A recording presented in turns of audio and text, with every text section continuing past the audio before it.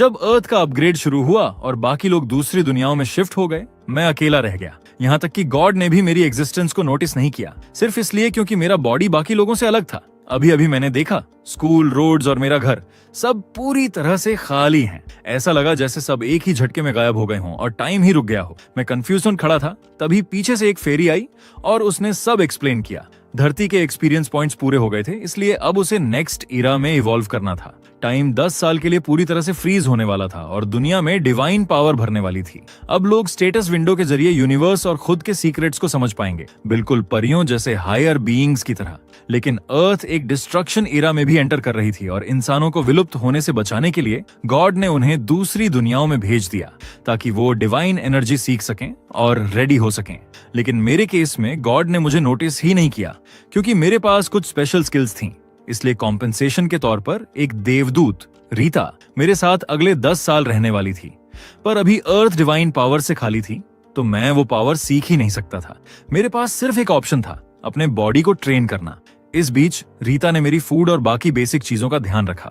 मुझे तो बर्तन धोने की भी टेंशन नहीं थी। 5 साल तेजी से बीत गए। मैंने मार्क्समैनशिप सीखना शुरू किया। रीता मुझे गाइड करती रही और देखते देखते मैंने मार्शल आर्ट्स के भी 4 साल पूरे कर लिए। एक दिन रीता ने कहा, चलो स्पार करते हैं। मैंने अपनी 9 साल की मेहनत का सारा जोर लगा दिया, लेकिन उसने सिर्फ एक हाथ हिलाया और मैं हार गया। फिर उसने कहा, अब से मैं तुम्हारी स्पारिंग पार्टनर रहूंगी। मैं रेडी नहीं था, लेकिन उसी स्पारिंग में ही पूरा 1 साल बीत गया और फिर वो दिन आ ही गया। 10 साल बाद मैंने नई शुरुआत के लिए नए कपड़े पहने, रीता को बाय कहा और उस जगह पर पहुंचा जहां सब लोग गायब हुए थे। मैं थोड़ा नर्वस था लेकिन एक्साइटेड भी। रीता से बिछड़ने का दुख तो था, लेकिन अब मैं अपनी ओल्ड लाइफ में वापस जाने वाला था। घंटों बीत गए लेकिन कोई भी वापस नहीं आया। रीता थोड़ी घबराई हुई मेरे पीछे आई और बोली, शायद कुछ गड़बड़ हो गई है। मुझे गुस्सा आ गया। ऑलरेडी 10 साल वेट कर चुका हूं, क्या मुझे अब और 10 साल या 100 साल इंतजार करने होंगे? लेकिन 10, 20, यहां तक कि 50 साल भी बीत गए और लोग नहीं लौटे। हालांकि मेरा बॉडी परफेक्ट हो चुका था, मार्क्समैनशिप मास्टर लेवल तक पहुंच गया था, लेकिन मुझे अपने मॉम डैड का चेहरा भी ठीक से याद नहीं था। इन 50 सालों की मेहनत ने मुझे सुपर स्ट्रांग बना दिया, लेकिन अब कितना और झेल पाऊंगा? क्या वो लोग कभी लौटेंगे? मैं मार्शल आर्ट्स की सेम टेक्निक्स बार बार प्रैक्टिस करते करते बोर हो गया था। रीता नहीं चाहती थी कि मैं हार मानूं। उसने कहा, डिस्ट्रक्शन कभी भी आ सकता है। मैंने उसे बोला, अब से मैं पढ़ाई में फोकस करने वाला हूँ। एक ही काम करते रहने से बस जीना मुश्किल होता है। उसके बाद मैंने पूरे दिन किताबें पढ़नी शुरू की, novels, business books, history, geography, chemistry, सब कुछ। जब लाइब्रेरी की सारी किताबें खत्म हो गईं, तो मैंने दूसरे देशों की भाषाएं सीखनी शुरू की। फिर रीता और मैं वर्ल्ड टूर पर निकल पड़े। दुनिया घूमते घूमते मैंने हर जगह की किताबें पढ़ ली। हालांकि मुझे नहीं पता था कि कितना समय बीत चुका है, लेकिन मेरे पास थकने का वक्त नहीं था। महाविनाश से पहले बहुत कुछ करना बाकी था। रीता ने सोचा भी नहीं था कि सैकड़ों साल बीत जाने के बाद भी मैं अब तक यकीन करता हूं कि इंसान वापस आएंगे। उसने धीरे से प्रार्थना की, प्लीज सब इंसानों को वापस भेज दो, इससे पहले कि लुई अपनी हद पार करे। वो नहीं चाहती थी कि मैं खुद से हार मान लूं। जब पढ़ने को भी कुछ नहीं बचा, मैंने बुचरिंग सीखनी शुरू की। एक दिन जब मैं जंगली सुअर काट रहा था, रीता ने बोला, लुइस, अब 274 साल बीत चुके हैं। उसके लिए भी ये शॉकिंग था। फेरी के लिए भी ये बहुत लंबा टाइम था। उसने सोचा नहीं था कि मैं अब भी फ्यूचर के लिए तैयारी करता रहूंगा। मैंने कुछ नहीं कहा, बस अपनी बुचर स्किल्स पर काम करता रहा। 300वें साल तक मैंने ये कला पूरी तरह से मास्टर कर ली। अब मैंने ब्लैक स्मिथिंग शुरू की, लेकिन 5 साल में बस एक सोर्ड बनाई। रीता हंसते हुए बोली, ये तलवार तो मूली भी नहीं काट पाएगी। हालांकि उसने मजाक उड़ाया, लेकिन वो इसे यादगार के तौर पर रखना चाहती थी। अगले 50 सालों में मैंने बहुत से वेपन्स बनाए, लेकिन कोई भी उतना सेटिस्फाइंग नहीं था। फाइनली 1 सेंचुरी के बाद मैंने एक परफेक्ट स्पीयर बना लिया। अब मेरे पास बुचर, ब्लैकस्मिथ और मार्शल आर्टिस्ट तीनों की मास्टर स्किल्स थीं। अब साल और महीनों की गिनती मैंने छोड़ दी थी। सौभाग्य से रीता हमेशा साथ थी, लेकिन इंसानों के ना आने से अब वो भी टेंशन में थी। अगर लुइस अपनी लिमिट्स पार कर गया तो? वो चाहती थी कि मेरे लिए कुछ नया हो। लंबे सोच के बाद उसे समझ आया, शायद लुइस ने अब तक एक ही चीज फील नहीं की, प्यार। ये सोचते ही उसका फेस रेड हो गया। क्या मैं पागल हो रही हूं? एक फेरी के माइंड में ऐसे थॉट्स? लेकिन फिर उसने सोचा, अगर लुई तैयार होता तो मुझे कोई दिक्कत नहीं होती। तभी मुझे कुछ अजीब सा फील हुआ। मैंने रीता को बुलाया। वो थोड़ी कंफ्यूज्ड दिख रही थी। मैंने उसकी कमर पर बंधी उस सोर्ड की तरफ इशारा किया। ये वही तलवार थी जिसे उसने यादगार के तौर पर रखा था। लेकिन अचानक वो तलवार खुद खुद हवा में उड़ने लगी। घबराई हुई रीता उसे पकड़ने के लिए दौड़ी। तभी मेरे कपड़े उस दिन जैसे हो गए जब टाइम रुका था और सब कुछ धीरे धीरे अपनी रियल स्टेट में लौटने लगा। रीता ने भगवान से प्रार्थना की कि वह यह तलवार न ले, लेकिन जब उसने नीचे देखा तो पाया कि डिस्ट्रक्शन एरा शुरू हो चुका था। वो भी ऊपर उठने लगी। वो मुझे प्रॉपरली गुड बाय कहना चाहती थी, लेकिन भगवान की पावर के सामने वो कुछ नहीं कर पाई। इन हजारों सालों में हमारे बीच बहुत डीप बॉन्ड बन चुका था। जाते जाते उसका लास्ट लाइन था, हम एक बार भी किस तक नहीं कर पाए, और मैं चुपचाप उसे दूर जाते देखता रहा। रीता के जाने के बाद मैं सच में बहुत उदास हो गया। तभी मुझे उसकी बात याद आई। उसने खुद को एक फेरी यानी परी बताया था, एक हायर बीइंग।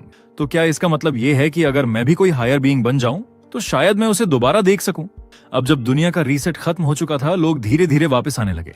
मेरी आंखें खुली तो देखा मैं लोगों की भीड़ में खड़ा हूं, और तभी मेरे सामने भी एक स्टेटस विंडो पॉपअप हुई। हर कोई अपने पिछले 10 साल के एक्सपीरियंस के बारे में बात कर रहा था। यानी उनके पास 10 साल की डिवाइन पावर की ट्रेनिंग थी, और मैं 1000 साल पीछे रह गया था।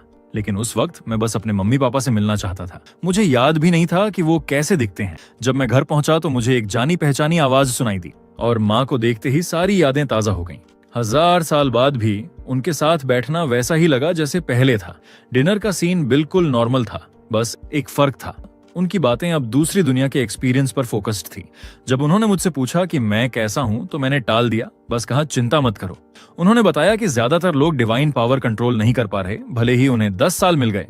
रात में काफी देर तक उनसे बातें करने के बाद मैं अपने कमरे में गया, और तभी देखा मैंने जो भाला 100 साल में बनाया था वो अब भी वहीं रखा था, शायद रीता की वजह से। अच्छा है, अब मुझे मॉन्स्टर्स से लड़ते समय नए वेपन्स ढूंढने की जरूरत नहीं पड़ेगी। मैंने स्टेटस विंडो खोली और देखा कि इस भाले का अटैक पावर 800 पॉइंट्स था। मुझे नहीं पता था कि ये ज्यादा है या कम, इसलिए मैंने ऑनलाइन उन लोगों की दी गई जानकारी खोजनी शुरू की जो दूसरी दुनिया से लौटे थे। मैंने पहले लेवल्स के बारे में जानकारी इकट्ठा की। लेवल 1 से 5 तक नॉर्मल इंसानी स्तर था। कहा जाता था कि दूसरी दुनिया में सोल्जर चुनने का स्टैंडर्ड आमतौर पर लेवल 7 होता था, और लेवल 10 से ऊपर वाले स्वॉर्डमैन या आर्चर जैसे प्रोफेशंस पा सकते थे। लेवल 50 तक पहुंचने पर दूसरी प्रोफेशन चेंज करने का मौका मिलता था, जिसे एक्सपर्ट होने की निशानी भी माना जाता था। लेवल 100 पर पहुंचने पर तीसरी प्रोफेशन चेंज पॉसिबल थी, लेकिन तीसरी प्रोफेशन के बाद लेवलिंग बहुत मुश्किल हो जाती है, लिटरली नर्क जैसी हो जाती थी, और चौथी प्रोफेशन चेंज ऑलमोस्ट इम्पॉसिबल मानी जाती है। कुछ लोग कहते हैं कि सिर्फ ड्रैगन्स या बेहीमथ जैसे हाई लेवल मॉन्स्टर्स ही इस स्टेज तक पहुंच पाते हैं। ये सारी जानकारी थी जो मैं अभी इकट्ठा कर पाया था। कल स्कूल में और जांच करूंगा। हालांकि दुनिया बहुत बदल चुकी थी, लेकिन मेरी जिंदगी में कोई खास बदलाव नहीं आया था। रीता, मैं अब भी उसे बहुत मिस करता था। और तभी एक आवाज आई। रीता ये सुनकर बहुत खुश होगी। मेरे सामने एक परी प्रकट हुई। उसका नाम लिसा था। भगवान ने उसे भेजा था ताकि वो मुझे डिवाइन पावर यूज करना सिखा सके, ताकि मैं उन 10 सालों की भरपाई कर सकूं जो मैं मिस कर चुका था। ये सब रीता की वजह से ही पॉसिबल हुआ था। उसने भगवान के सामने रोते हुए कहा था कि मैं 1000 साल तक धरती पर अकेला रहा और अकेला हूं जो डिवाइन पावर का यूजर नहीं बन पाया। रीता के बार बार बोलने पर भगवान ने लिसा को भेजा ताकि वो मुझे जल्दी से डिवाइन पावर में मास्टर बना सके। रीता को खुद आने की इजाजत नहीं थी, क्योंकि भगवान नहीं चाहते थे कि परियां और इंसान एक दूसरे के बहुत करीब आए। लिसा मुझे देखकर थोड़ी शॉक्ड थी। वो सोच रही थी कि क्या ये वही इंसान है जिसे कुछ आता जाता नहीं, लेकिन अब मैं एकदम अलग लग रहा था, फिजिकली स्ट्रांग। उसे लगा कि रीता ने उसे चीट कर दिया, लेकिन अब जब उसने काम एक्सेप्ट कर लिया था तो उसने कहा, फाइन, अब मैं तुम्हें डिवाइन पावर यूज करना सिखाऊंगी। लिसा हाई लेवल फेरी थी। सिर्फ उसके साथ रहने से ही मेरी डिवाइन पावर की अंडरस्टैंडिंग और कंट्रोल 10x बढ़ सकती थी। रीता के साथ बिताए 1000 साल भी उतना इम्पैक्ट नहीं डाल पाए थे जितना लिसा की प्रेजेंस से आने वाला था। अब डिस्ट्रक्शन एरा शुरू हो चुका था। लिसा का कहना था, मुझे डिवाइन पावर सीखने में 1 साल लग सकता है, और इस पूरे साल वो मेरे सिर पर बैठी रहेगी। मैं थोड़ा परेशान हुआ, लेकिन उसने कहा, रिलैक्स, मैंने मैजिक किया है, नॉर्मल लोग मुझे देख नहीं सकते। अगली सुबह मैं जल्दी बाहर निकल गया। मेरी स्किल की वजह से अभी तक किसी को मेरी मौजूदगी का पता नहीं चला था, और इस स्किल को किसी भी तरह बंद नहीं किया जा सकता था। हालांकि लिसा ने कहा कि मेरी स्किल अच्छी थी। उसकी नजर में बाकियों की स्किल्स इससे कुछ भी नहीं थी। ये इंटेलिजेंस इकट्ठा करने का एक अच्छा मौका था। इस दौरान मैंने एक सुपर पावरफुल लड़की के बारे में सुना जिसे सब एम्प्रेस कहते थे। वो हमारी ही स्कूल की स्टूडेंट थी जिसने दूसरी दुनिया में बहुत अच्छा परफॉर्म किया था। और फिर मैंने सुना अब लेवल रिस्ट्रिक्टेड डंजन्स भी दिखाई देने लगे हैं। लिसा ने समझाया, डंजन्स एक तरह का जाल होते हैं जो भगवान खुद बनाते हैं। मॉन्स्टर्स को अट्रैक्ट करके वो उन्हें अंदर फंसाते हैं और रास्ता सील कर देते हैं। लेकिन इंसान मॉन्स्टर्स से अलग थे। अगर काबिल हो तो वो अंदर जा सकते हैं, बाहर आ सकते हैं। सो ये सेफ हंटिंग ग्राउंड्स जैसे बन जाते हैं। लेकिन कुछ मॉन्स्टर्स इतने स्ट्रांग होते हैं कि वो खुद के डंजन्स बना सकते हैं या जालों को तोड़ सकते हैं। इसलिए लिसा ने मुझे अलर्ट रहने को कहा। इस वक्त मॉन्स्टर्स कमजोर थे, तो उसने कहा मैं अभी मॉन्स्टर्स का शिकार करके लेवल अप कर सकता हूँ। आखिरकार मेरे पास एक मॉन्स्टर जैसा शरीर था, तो मैं आसानी से लेवल 25 तक के मॉन्स्टर्स को हरा सकता था। तभी लिसा ने कुछ महसूस किया और मुझे बताया कि मैं जल्द ही असली लड़ाई में उतर सकता हूँ। जैसे ही उसने बात पूरी की, अचानक क्लासरूम के बाहर शोर मचने लगा। पता चला एक बहुत बड़ा कीड़ों का झुंड हमला कर रहा है। न सिर्फ उनके साइज बढ़ चुके थे, बल्कि उनकी बॉडी भी काफी टफ लग रही थी। स्टूडेंट्स डर कर भागने लगे, क्योंकि जब उन्हें वापस भेजा गया था तो उनका डेटा रीसेट हो गया था और सब फिर से लेवल 1 पर आ चुके थे। मैंने जल्दी से एक लकड़ी की छड़ी तोड़ी और उसे कई बार घुमाया। जब मैंने रुका तो वो एक हथियार में बदल गया। कुछ और बनाने के बाद मैंने निकलने की तैयारी की। हालांकि मेरे पास इनविजिबल होने की स्किल थी, लेकिन लड़ते समय मैं देखा जा सकता था। इसलिए मैंने लिसा से पूछा कि क्या मेरी पहचान छिपाने का कोई तरीका है। इसलिए उसने मुझे एक मास्क दे दिया। मैंने 18वीं मंजिल से छलांग लगाई और एक जायंट ग्रास हॉपर को एक ही किक में उड़ा दिया। सिस्टम ने नोटिफाइड किया, लेवल 13। जायंट ग्रास हॉपर को मार डाला, 800 एक्सपी पॉइंट्स मिला, लेवल 3 हो गया और सभी फीचर्स इंप्रूव्ड हुआ। अपने बॉडी में चेंज फील करके मुझे समझ आ गया कि लेवल अप का यही मतलब था। भले ही मैजिक पावर बस थोड़ा सा इंक्रीज हुआ था, फिर भी मैं काफी खुश था। तभी मेरे पीछे अचानक कई बड़े साइज के कीड़े आ गए। मैंने धीरे से अपने हाथ में लकड़ी का भाला पकड़ा और नेक्स्ट मोमेंट उसे फुल फोर्स से फेंक दिया। एक giant and monster direct hit से तुरंत क्रश हो गया। फिर मैंने एक और वेपन निकाला और उस एंट को 2 हिस्सों में काट दिया। अचानक कई बिग साइज मच्छर भी आ गए। मैंने पहले एक को मार गिराया, लेकिन एक और मच्छर पीछे से चोरी छुपे आ गया और मुझे जोर से जमीन पर दबा दिया। लेकिन मेरे 1000 ईयर ओल्ड बॉडी को उसकी वीक सुई जैसी सूंड से क्या ही नुकसान होता। मेरा बॉडी तो काफी टाइम से ह्यूमन लिमिट से ऊपर था। लास्ट मच्छर से निपटने के बाद ऊपर से एक और ग्रास हॉपर आ गया। उसने अपने पंजे से अटैक किया, लेकिन मैंने इजीली डॉज कर लिया। तभी लिसा ने क्विकली वार्न किया कि और भी मॉन्स्टर्स रीइंफोर्समेंट के तौर पर आ गए हैं और मैं पूरी तरह से घिर चुका हूँ। लेकिन मुझे जरा भी डर नहीं लगा। मैंने अपना वेपन उठाया और पागलों की तरह इन मॉन्स्टर्स को मारना शुरू कर दिया। मेरा लेवल अब 6 तक पहुंच चुका था। लेकिन तभी अचानक आसमान से बिजली गिरी और सारे मॉन्स्टर्स जलकर राख हो गए। मेरे सामने एक लड़की खड़ी थी, मास्क पहने हुए, और उसकी उंगलियों पर बिजली चमक रही थी। जब मैं सोच रहा था कि क्या ये मैजिक था, लिसा ने मुझे ध्यान भटकाने से मना किया। लिसा ने मुझसे कहा, फोकस करो और बाकी बचे मॉन्स्टर्स को जल्दी खत्म करो। मेरे पास वाली लड़की इलेक्ट्रिक अटैक्स का यूज करके धीरे धीरे बाकी बचे हुए मॉन्स्टर्स को खत्म कर रही थी। लगातार ऐसे थंडर अटैक्स करने के लिए उसकी डिवाइन पावर बहुत ज्यादा होनी चाहिए। वो शायद लगातार लेवल अप भी कर रही थी, क्योंकि हर बार जब आप लेवल अप करते हो तो आपका स्टेमिना रिकवर हो जाता है और पॉसिबली डिवाइन पावर भी। वैसे भी ये लास्ट मॉन्स्टर था और इसे मारने के बाद मैं लेवल 7 तक पहुंच गया। जब आर्मी हेल्प के लिए वहां पहुंची तो वहां सिर्फ बॉडीज का ढेर पड़ा था और उनके सामने एक आदमी मॉन्स्टर्स के पीछे के पार्ट से चीजें निकाल रहा था। लिसा ने कहा कि क्योंकि मैंने बुचरी सीखी थी, मैं मॉन्स्टर्स की बॉडीज को प्रोसेस करके मैजिक स्टोन्स निकाल सकता था। वो मुझे बताएगी कि मॉन्स्टर्स के किन हिस्सों में आमतौर पर मैजिक स्टोन मिलते हैं। जहां कई लोग मेरी स्ट्रेंथ देखकर हैरान थे, मैं तो पहले ही एक मैजिक स्टोन निकाल चुका था। लेकिन जब मैंने पीछे मुड़कर देखा तो देखा कि कई लोग मुझे देख रहे थे और मेरी फोटोज खींच रहे थे। उसी मोमेंट जो लड़की बिजली कंट्रोल कर रही थी वो मेरी तरफ आई। वो चाहती थी कि मैं उसके मॉन्स्टर्स को प्रोसेस करने में हेल्प करूं। यहीं मेरी एम्प्रेस से पहली मुलाकात हुई। उसकी बात सुनकर मैंने मना तो नहीं किया, लेकिन उससे पूछा कि वो इसके लिए मुझे क्या देगी। उसने सीधे सीधे कहा कि अगर मैं बॉडीज प्रोसेस कर दूं तो वो मुझे शवों का 40% दे देगी। ये सुनकर मैं खुशी से मान गया। आसपास के लोगों से मुझे पता चला कि वो लड़की असल में एम्प्रेस ही थी। उसकी पावर उतनी ही स्ट्रांग थी जितनी अफवाहों में सुनी थी। थोड़ी देर में डिसमेंटलिंग पूरा हो गया और एम्प्रेस ने सक्सेसफुली एक मैजिक स्टोन और कई मटेरियल्स कलेक्ट कर लिए। मैंने अपना हिस्सा उठाया और निकलने की तैयारी करने लगा, जबकि बाकी सब लोग अभी भी एम्प्रेस की पावर में खोए हुए थे। लिसा ने कहा कि टेंशन मत लो, क्योंकि फाइट खत्म होने के बाद इनविजिबिलिटी एक्टिवेट हो गई थी और लोगों को अचानक लगा कि मैं गायब हो गया हूँ। हर किसी ने सोचा कि मैं बहुत तेज चला गया, लेकिन असल में मैं उनके ठीक पीछे खड़ा था। हालांकि ये वही सिचुएशन थी जिसे मैं सबसे ज्यादा देखना चाहता था। फिर भी मुझे थोड़ा दुख हुआ। घर लौटने के बाद मैंने जो मटेरियल्स मिले थे उनसे कुछ डिफेंसिव इक्विपमेंट बनाने का प्लान किया, लेकिन शायद आर्मर के लिए मटेरियल्स पूरे नहीं थे।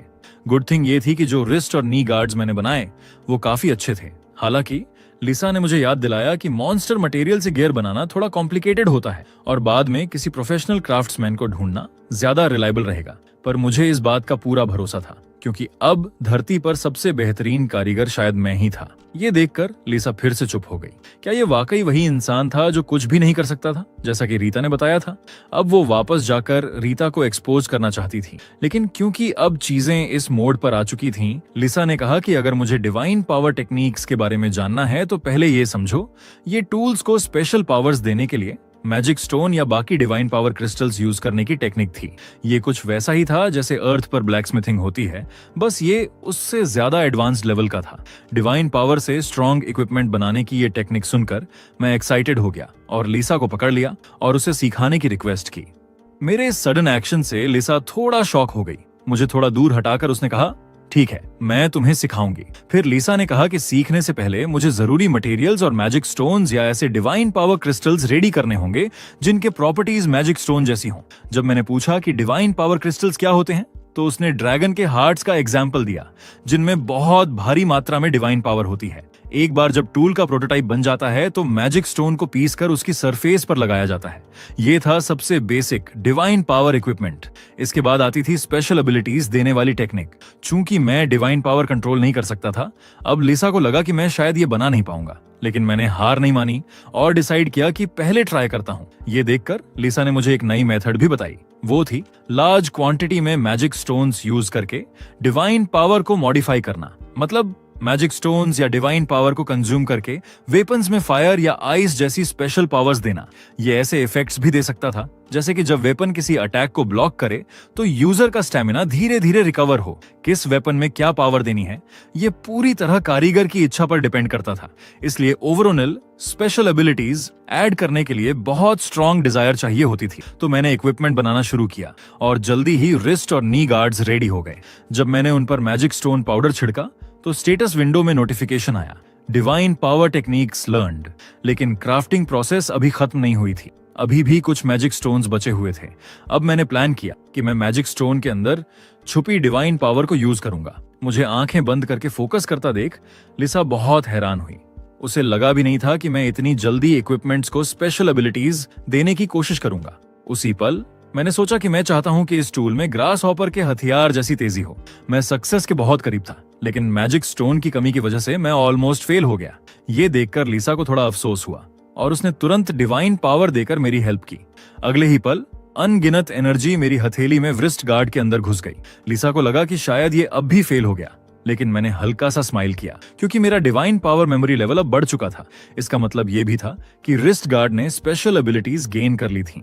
मैंने अपना हाथ उठाया और धीरे से वेव किया। पास की आयरन चेन तुरंत कट गई और उसकी पावर बिल्कुल वैसी ही थी जैसी मैंने इमेजिन की थी। हालांकि लिसा ने मेरी हेल्प की थी, लेकिन पहली ही कोशिश में सक्सेस होने पर उसने मेरी तारीफ की। लेकिन क्योंकि मैंने अभी अभी पार्क का झूला तोड़ दिया था, मैं जल्दी से वहां से भाग गया। लिसा बस चुप रह गई क्योंकि वो उसे जादू से रिपेयर कर सकती थी। अगले दिन मैंने अपनी मम्मी को काफी देर तक समझाया। मैंने कहा कि मैं बस थोड़ा बाहर घूमने गया था और फाइनली बाहर निकलने में सक्सेस हो गया।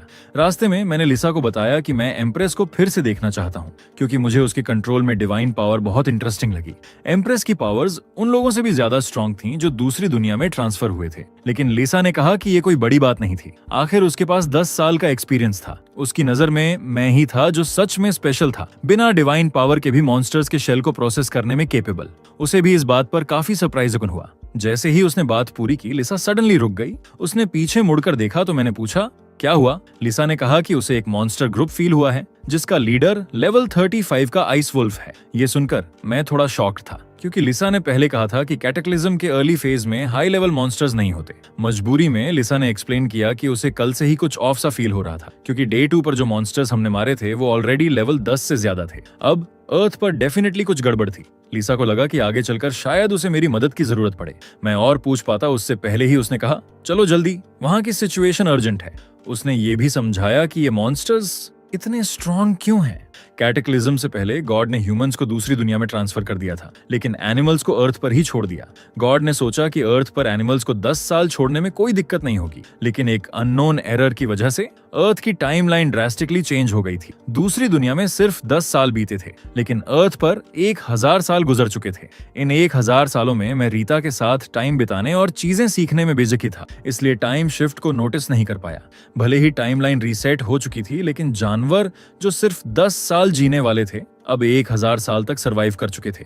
रिजल्ट अब साफ था, अर्थ के जानवर बहुत पावरफुल और इंटेलिजेंट बन चुके थे। लिसा जहां मुझे लेकर गई वहां पहले से ही खून फैला हुआ था। उसने बताया कि उसने सिचुएशन की रिपोर्ट कल ही भेज दी थी, लेकिन जब तक एडजस्टमेंट आता उसने होप की कि मैं इन मॉन्स्टर्स को क्लियर कर दूंगा और बाद में प्रॉपर रिवॉर्ड भी मिलेगा। लेकिन आइस वुल्व्स के इस पैक को देखकर मुझे समझ आ गया कि ये काम इतना इजी नहीं होगा। लकी बात यह थी कि करंट वुल्व्स बहुत ज्यादा स्ट्रांग नहीं थे और मुझे पीछे हटने की जरूरत नहीं पड़ी। मैंने तुरंत अपना स्पीयर उठाया, ऊपर जंप किया और वुल्व्स पर लैंड करते ही हमला कर दिया। इवन स्ट्रॉन्गेस्ट आइस वुल्फ भी मेरी सिंगल स्ट्राइक में खत्म हो गया। कल के लेवल अप की वजह से मेरी स्ट्रेंथ बहुत बढ़ चुकी थी। साइड पर लगभग 70 मॉन्स्टर्स थे। लीडर की मौत के बाद भी बाकी वुल्व्स ने हार नहीं मानी, लेकिन बाकी छोटे मॉन्स्टर्स तो मेरे लिए और भी आसान थे। जब मैं उन्हें मार ही रहा था, पीछे से चीखने की आवाजें आने लगी। कुछ लोग जो टाइमली एस्केप नहीं कर पाए अब वुल्व्स से घिरे हुए थे। दूसरी दुनिया के सेफ हंटिंग जोन्स के उल्टे यहाँ के वुल्व्स रियल थे और लेवल रिसेट लोग मैजिक यूज करके भी रेजिस्ट नहीं कर पा रहे थे।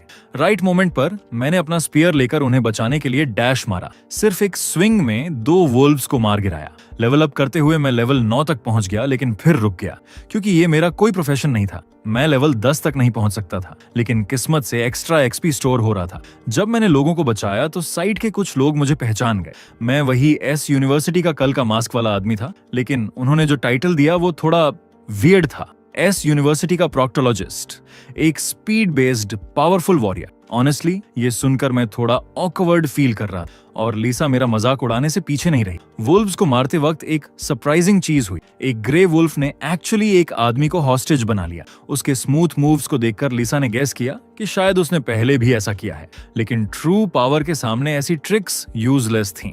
बोलते बोलते मेरा स्पीयर ऑलरेडी ग्रे वुल्फ की चेस्ट में जा चुका था। अब मेरे पास कोई वेपन नहीं था और वुल्व्स का पैक मुझ पर हमला करने की तैयारी कर चुका था। बट लिसा की ट्रेनिंग के कारण मेरा कॉम्बैट सेंस हाई था। वुल्व्स एक एक करके गिरने लगे। कुछ ही देर में मैंने 70 से ज्यादा वुल्व्स को खत्म कर दिया था। अब बारी थी हार्वेस्टिंग की, लेकिन स्पीयर इस काम के लिए अनकंफर्टेबल था। सो मुझे फ्यूचर में एक स्पेशल बुचर्स नाइफ बनाना होगा। इस बार इतने सारे कॉर्प्सेस थे कि मैं अकेले हैंडल नहीं कर सकता था। इसलिए मैंने आने वाली आर्मी से बात की कि वो लोग मैजिक स्टोन छोड़कर बाकी मटेरियल खरीद लें।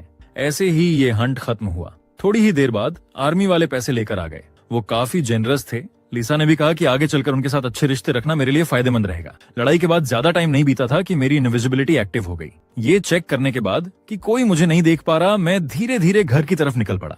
मुझे पता था कि आगे के लिए और प्रिपरेशन करनी पड़ेगी क्योंकि मॉन्स्टर्स और स्ट्रॉन्ग होते जा रहे थे। घर पहुंचने के बाद लिसा के गाइडेंस में मैंने स्टेटस विंडो खोली। अब प्रोफेशन चुनने का टाइम था। बहुत सारे ऑप्शंस थे। सबसे पहले मैंने असैसिन को रिजेक्ट कर दिया क्योंकि मेरे पास इनविजिबिलिटी पहले से ही थी। लिसा ने बताया कि जब मेरी डिवाइन पावर और बढ़ेगी तो इनविजिबिलिटी को मैं एक एक्टिव स्किल भी बना सकता हूँ। टोटल 23 प्रोफेशन थे और मैं कंफ्यूजन था। मैंने लिसा से सजेशन मांगा।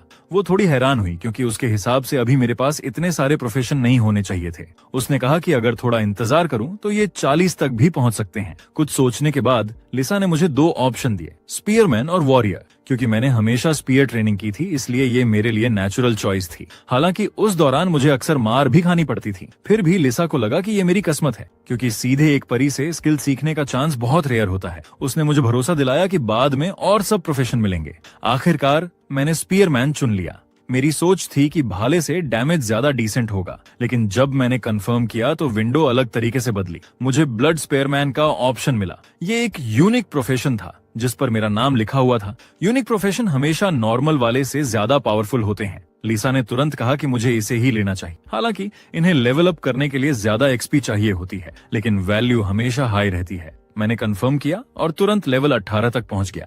लेकिन वहां एक ट्विस्ट हुआ। ब्लड स्पेयरमैन बदलकर ब्लर स्पेयरमैन बन गया। अब इसमें स्टील्थ में रहते हुए 10% अटैक पावर बोनस मिल रहा था। ये मेरे कॉस्मिक लोनर टाइटल की वजह से हुआ जिसने प्रोफेशन चॉइस को बदल दिया। मैं थोड़ा उदास हुआ, लेकिन अब चेंज करने का कोई तरीका नहीं था। नया प्रोफेशन लेने के बाद मेरे पूरे शरीर में पावर दौड़ गई। मैं और स्ट्रांग हो गया। लिसा के हिसाब से मुझे अभी कोई एक्टिव स्किल नहीं मिली थी, लेकिन उसने भरोसा दिलाया कि दूसरी या तीसरी प्रोफेशन चेंज तक मुझे स्ट्रांग स्किल जरूर मिलेंगी। उसके बाद लिसा ने कहा कि अब बाहर चलने का टाइम है। मॉन्स्टर्स को खत्म करना जरूरी था। मेरे अलावा और भी एजेंट्स ये काम कर रहे थे। यहाँ तक कि एम्प्रेस भी मॉन्स्टर हंटिंग टीम का हिस्सा थी। कुछ देर बाद हम अपने डेस्टिनेशन पहुंचे। सामने एक बहुत बड़ा बेयर था। उसकी पावर इतनी थी कि लोग उसका सामना करने से डर जाते।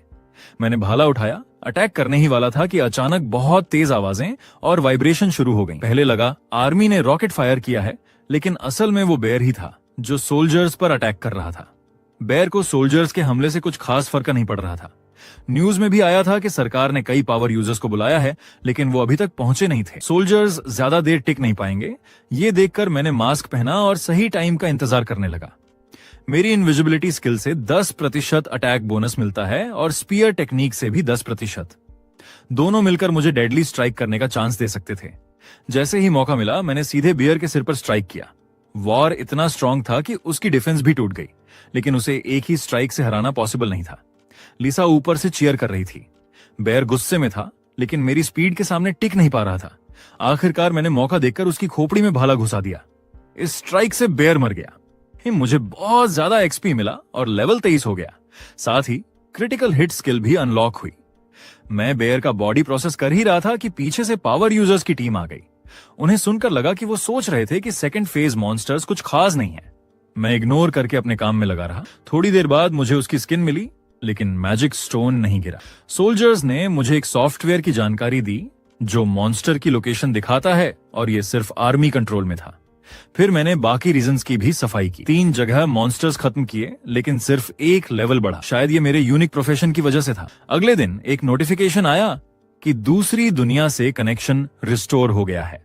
अब लोग अपने असली शरीर से वहां जाकर क्वेस्ट्स कर सकते थे, लेकिन मैं अकेला नहीं जा सकता था। लिसा ने कहा कि जब तक मैं हायर बीइंग नहीं बन जाता, तब तक मुझे ये मौका नहीं मिलेगा। अगर बन गया तो न सिर्फ दूसरी दुनिया बल्कि हेवन तक भी जा सकूंगा और रीता से भी मिल पाऊंगा। ये सुनकर मुझे थोड़ी राहत मिली। मम्मी और पापा को मैंने कहा कि वो सेफ्टी के लिए दूसरी दुनिया में चले जाएं। मेरी माँ ने पहली बार मान लिया कि मैं ही वो मास्क वाला इंसान हूं जो न्यूज में दिखा था। आखिरकार वो लोग चले गए और लिसा को भी वापस जाना पड़ा अपने काम पूरे करने। कुछ दिन बाद लिसा लौटी और अपने असली रूप में सामने आई। उसने मुझे टास्क रिवॉर्ड दिया, +1 सभी एट्रीब्यूट्स और इटर्नल फ्लेम। लिसा ने बताया कि ये फ्लेम कभी बुझती नहीं और ये रीता ने मेरे लिए चुनी थी। ये सुनकर मुझे बहुत अच्छा लगा। फिर लिसा ने सच बताया कि धरती के मॉन्स्टर्स स्ट्रॉन्ग क्यों हो रहे हैं। असल में भगवान ने टाइम रोकने के लिए अपनी पावर का इस्तेमाल किया, जिसकी वजह से सब क्रिएचर्स और ज्यादा पावरफुल और वायलेंट हो गए। इसके बाद उसने मुझे नया मिशन दिया, एक डिस्ट्रक्शन ट्रैप बनाना। ये मॉन्स्टर्स को अट्रैक्ट करेगा और डंजन की तरह फंसाकर खत्म कर देगा। लिसा ने मटेरियल्स दिए जिनमें बड़े बड़े मैजिक स्टोन्स और रेयर मेटल्स थे। साथ ही हेवन के बेस्ट इक्विपमेंट्स और एक डिटेल्ड ब्लूप्रिंट भी मिला। ये देखकर मेरी फॉर्जिंग की इच्छा जाग उठी। मैंने तैयारी की और इटर्नल फ्लेम जलाकर सबसे बड़े मैजिक स्टोन को उसमें डाल दिया। जब आग की लपटों ने मैजिक स्टोन को पूरा घोल दिया तो मैंने अपना हथौड़ा निकाला और उसे 72 बार मारा। तभी मैं ये छोटा क्यूब बना पाया। लिसा मेरी फॉर्जिंग टेक्निक को देखकर हैरान थी। उसने सांस भरते हुए कहा, अगर तुम्हारी क्लास ब्लैकस्मिथ होती तो शायद तुम भगवान को चैलेंज करने वाले हथियार बना सकते, लेकिन ये तो बस जाल का बेसिक फॉर्म था। अब मुझे ब्लूप्रिंट के हिसाब से उस पर स्पेशल पैटर्न्स उकेरने थे। मुझे इतना डेडिकेटेड होकर काम करता देखकर लिसा समझ सकती थी कि क्यों रीता जैसी हाई लेवल परी भी एक लो लेवल इंसान पर फिदा हो गई थी। कुछ घंटों बाद मैंने अचानक एंग्रेविंग नाइफ नीचे रख दिया। मेरे हाथों में एक चमकदार सरफेस और मुश्किल पैटर्न्स वाला क्यूब तैर रहा था। उसी समय मुझे द लेजेंडरी क्रिएटर का टाइटल मिला, जो प्रोडक्शन एफिशिएंसी को 20% बढ़ा देता था। मेरे हाथ में डिवाइन पावर क्यूब देखकर लिसा की आंखें डिसबिलीफ से भर गईं। उसे यकीन नहीं हो रहा था कि मैंने इतना जल्दी पूरा कर लिया। असल में मैंने पूरे 5 घंटे नॉन स्टॉप काम किया था। ये सुनकर लिसा को एहसास हुआ कि वो मुझे इतने लंबे वक्त से काम करता देख रही थी। क्यूब को हाथ में लेकर लिसा समझ गई कि मैंने इसे पूरा कर लिया है, लेकिन मुझे ज्यादा प्राउड न बनाने के लिए उसने कहा कि ये काम बस रिक्वायरमेंट्स को मुश्किल से पूरा करता है। अब सिर्फ फाइनल डिवाइन आर्ट स्टेज बचा था, जिसके लिए लिसा को अपनी साथी परियों को बुलाना पड़ा। मैं सीक्रेटली उम्मीद कर रहा था कि रीता भी आएगी। अगले ही पल दूसरी परियां में आ गईं। उन्होंने डिवाइन आर्ट के डिटेल्स पर डिस्कशन किया और ये सोचकर शॉक्ड थीं कि एक नॉर्मल इंसान डिस्ट्रक्शन ट्रैप बना सकता है। सब रेडी होने के बाद मैंने एनर्जी स्टोन पकड़ा और तीनों परियों का इंतजार किया, लेकिन उन्होंने कहा, तुम्हें बस डिस्ट्रक्शन ट्रैप को पूरा करने की स्ट्रॉन्ग इच्छा रखनी होगी, बाकी हम संभाल लेंगे। तीनों परियों ने मेरे शोल्डर्स पर हाथ रखा। अगले ही पल हर डायरेक्शन से डिवाइन पावर मुझ पर दबाव डालने लगी। ये हाई बीइंग्स की पावर थी। इतना स्ट्रॉन्ग दबाव मुझे क्रश करने वाला था। मेरी हालत देखकर लॉन्ग हेयर्ड परी मुस्कुराई, इतना भी सह नहीं कर पा रहे? मैंने तुरंत जवाब दिया, ये काफी नहीं है। मुझे फोकस करना था और कुछ ऐसा बनाना था जो मॉन्स्टर्स के लिए बेहद अट्रैक्टिव हो। कुछ ऐसा जो 1000 साल से अकेले घूमते जानवर भी रेजिस्ट न कर पाए। जैसे ही मैंने अपनी इच्छा सेट की, एनर्जी मेरे अंदर से फूट पड़ी। तेज रोशनी के बाद और कॉम्प्लेक्स क्यूब धीरे धीरे सामने आया। इसमें 2 रेयर एट्रीब्यूट्स जुड़ गए थे। ये रैंडम एट्रीब्यूट्स डिवाइन आर्ट के दौरान जुड़ते हैं और ट्रैप की पावर को काफी बढ़ा देते हैं। परियान मेरी स्मिथिंग स्किल्स की तारीफ करने लगी। अब अगला स्टेप था परियों के साथ ट्रैप को सही जगह पर रखना।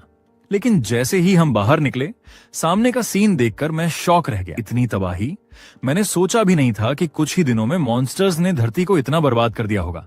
जल्द ही परियों को एक सही जगह मिल गई, खाली पहाड़ की चोटी। लिसा ने क्यूब हवा में फेंका। डिवाइन क्यूब ने तुरंत स्ट्रॉन्ग एनर्जी रिलीज की, लेकिन अगले ही पल क्यूब धूल में बदल गया। फिर एक वायलेंट वाइब्रेशन हुआ। उसी समय मॉन्स्टर्स जैसे किसी चीज से अट्रैक्ट हुए और ट्रैप की तरफ पागलों की तरह दौड़ने लगे। परियां इस तरह के ट्रैप को डंजन कहती थी। इफेक्ट उम्मीद से कहीं ज्यादा था। लॉन्ग हेड परी ने फिर से मेरे ट्रैप बनाने के स्किल्स को कंफर्म किया। लिसा ने बाकी जगहों पर भी डंजन एक्टिवेट किए, लेकिन पुराने वाले अब काम के नहीं थे। उसने मेरे बनाए डंजन की खुशबू मैजिक से उनमें ट्रांसफर कर दी थी। उनसे बात करने के बाद मैंने नीचे मौत की ओर भागते मॉन्स्टर्स को देखा और थोड़ा सैड फील किया। वो भी मेरी तरह 1000 साल सरवाइव कर चुके थे, लेकिन आखिरकार परियों और भगवान द्वारा इजीली कंट्रोल किए जा रहे थे। इंसान भी ऐसे ही थे। हमारे पास रेजिस्ट करने का कोई चांस नहीं था और हमें सीधा दूसरी दुनिया में फेंक दिया जाता था। हम सब भगवान के हाथों के खिलौने थे। एक गलती ने मुझे 1000 साल तक धरती पर अकेला छोड़ दिया। इन 1000 सालों में रीता के बिना मैं पागल हो जाता, लेकिन अब रीता भी पास नहीं थी। इसलिए मुझे स्ट्रांग बनना था, इतना स्ट्रांग कि कोई मुझे मैनिपुलेट ना कर सके, ताकि एक दिन मैं पूरी तरह आजादी पा सकूं। डंजन बनने के बाद लिसा अपने छोटे फॉर्म में वापस आ गई। असल में धरती को स्टेबल करने के लिए 27 और डंजन्स चाहिए थे, लेकिन परियां पहले ही लौट चुकी थीं। लिसा ने समझाया, इस तरह के डिस्ट्रक्शन ट्रैप बनाने में बहुत ज्यादा मैजिक पावर लगती है। पहले वाली तीनों परियों की मैजिक खत्म हो चुकी है और रिकवर होने में कई दिन लगेंगे। मैंने पूछा, क्या दूसरी परियां भी आ सकती हैं, जैसे रीता? ये सुनते ही लिसा ने मेरा कंफ्यूजन खत्म कर दिया। रीता बहुत बिजी है, उसने तुम्हारे लिए बहुत काम किया है, इसलिए अभी धरती पर नहीं आ सकती। रीता के बारे में जानकर मैं अपने वर्कशॉप बेस पर लौटा और कुछ इनिशियल काम करने का सोचा। वहां पहुंचकर मैं मोटिवेट हो गया। मैंने ठान लिया कि आज पहले कुछ ट्रैप्स बनाऊंगा और बाद में फेरीज के आने पर उन्हें परफेक्ट करूंगा। लेकिन उसी समय लिसा टेबल पर रखी मटेरियल्स पर ध्यान देने लगी। मेरे परफॉर्मेंस को देखकर उसने मुझे छोटा गिफ्ट देने का सोचा। उसने मैजिक से मेरे पास की एनिमल हाइड्स की क्वालिटी अपग्रेड कर दी। इन परफेक्ट हाइड्स को देखकर मेरी स्मिथिंग की इच्छा ट्रैप बनाने से ऊपर निकल गई। मैंने हाइड्स नापकर ग्लव्स और बूट्स बनाने का डिसाइड किया। कुछ हैमरिंग और प्रोसेसिंग के बाद मुझे रेयर आइस वुल्फ ग्लव्स और लेदर बूट्स मिले। डिफेंसिव गियर बहुत सफोकेटिंग होते हैं, इसलिए मैंने इसमें वेंटिलेशन एट्रीब्यूट ऐड कर दिया। लिसा मेरी स्पीड देखकर हैरान थी। उसने सोचा भी नहीं था कि मेरे स्किल्स इतनी तेजी से इंप्रूव हो रहे हैं। अगला स्टेप था बेयर के खाल से आर्मर बनाना। लिसा मुस्कुराकर सैटिस्फाइड बैठी थी, जबकि मैं काम कर रहा था। उसने सोचा भी नहीं था कि मैं पूरा दिन काम करूंगा। एक फेरी होते हुए भी उसे नींद आने लगी, लेकिन मैं रुकने वाला नहीं था, क्योंकि आर्मर लाइफ सेविंग इक्विपमेंट था। कुछ घंटों बाद मेरी तेज आवाज से लिसा उठ गई। अब unique great bear hide armour तैयार था। लेकिन मैं यहीं नहीं रुका। मैंने इसमें स्पेशल अटैक सिस्टम जोड़ने का सोचा। आइस वुल्फ के दांत और बोन से आर्मर एनहांस किया। अब आर्मर की एट्रीब्यूट्स दोगुनी हो गई और उसमें हिडन स्किल भी आ गई। अगर लड़ाई में मुझ पर हमला होता तो आर्मर खुद थॉर्न्स निकालकर काउंटर अटैक करता। लिसा ने नोटिस किया कि मुझे ऐसे वेपन्स और आर्मर्स पसंद हैं जो ब्लेड्स या स्पाइक्स ग्रो करते हैं। एनहांस होने के बाद आर्मर को 2 और एट्रीब्यूट्स मिले। अब मटेरियल्स ऑलमोस्ट खत्म हो चुके थे, सिर्फ कुछ बोन्स बची थीं। मैंने उनका आधा हिस्सा बोन नाइफ्स बनाने में लगाया ताकि मॉन्स्टर्स के कॉर्पस प्रोसेस कर सकूं। बाकी से अपने लिए नया मास्क बनाया। पूरा इक्विपमेंट पहनने के बाद मुझे इंस्टेंट पावर अप फील हुआ, लेकिन तभी बाहर से हैवी वाइब्रेशंस आने लगे। लिसा ने मैजिक से चेक किया और बताया कि आर्मी मॉन्स्टर्स से लड़ रही है। मेरा चेहरा बदल गया। मेरे एरिया में डंजन तो था, फिर भी मॉन्स्टर्स बाहर थे। अलार्म की आवाज आई। दूसरे लेवल के मॉन्स्टर्स डिस्ट्रिक्ट में घुस आए थे। मुझे भाले को अपग्रेड करना पड़ा। मैंने स्पीयर को यूनिक ग्रेड तक एनहांस किया। अब उसमें 20% क्रिटिकल हिट चांस भी आ गया था। पूरी तरह रेडी होकर मैं बैटलफील्ड की ओर निकला। थोड़ी देर में लिसा ने टारगेट देखा। सामने रब्बल के बीच सैकड़ों मीटर लंबा जायंट चीटा खड़ा था। उसने फाइटर जेट को एक ही पंजे से गिरा दिया। टैंक्स और रॉकेट्स का भी उस पर कोई असर नहीं था। अगले ही पल चीटा ने सोल्जर्स पर जंप किया। मुझे लगा था सब ऑलरेडी दूसरी दुनिया भेज दिए गए होंगे, लेकिन कुछ मिलिट्री और फर्स्ट क्लास प्रोफेशनल्स अभी भी धरती पर लड़ रहे थे। मैंने सोचा, अगर देश और धरती ही खत्म हो जाए तो दूसरी दुनिया में सरवाइव करने का क्या फायदा। मैं खुद को हीरो नहीं मानता, लेकिन अगर मैं लोगों को बचा सकता हूं तो आखिरी पल तक लड़ूंगा। ये सोचकर मैं मॉन्स्टर की तरफ दौड़ा। इसकी पावर पिछले बेयर से कई गुना ज्यादा थी। टैंक्स ने फायर किया, लेकिन उसे बस हल्का दर्द हुआ। गुस्से में मॉन्स्टर ने टैंक उठा लिया और निगलने वाला था। तभी मैं उस पर जंप कर गया। मेरी इनविजिबिलिटी के कारण उसने मुझे नोटिस नहीं किया। मेरा स्पीयर जोर से उसके शरीर में घुसा और क्रिटिकल हिट ट्रिगर हुआ। मुझे लड़ता देख सोल्जर्स का खोया डेयरिंग वापस आ गया।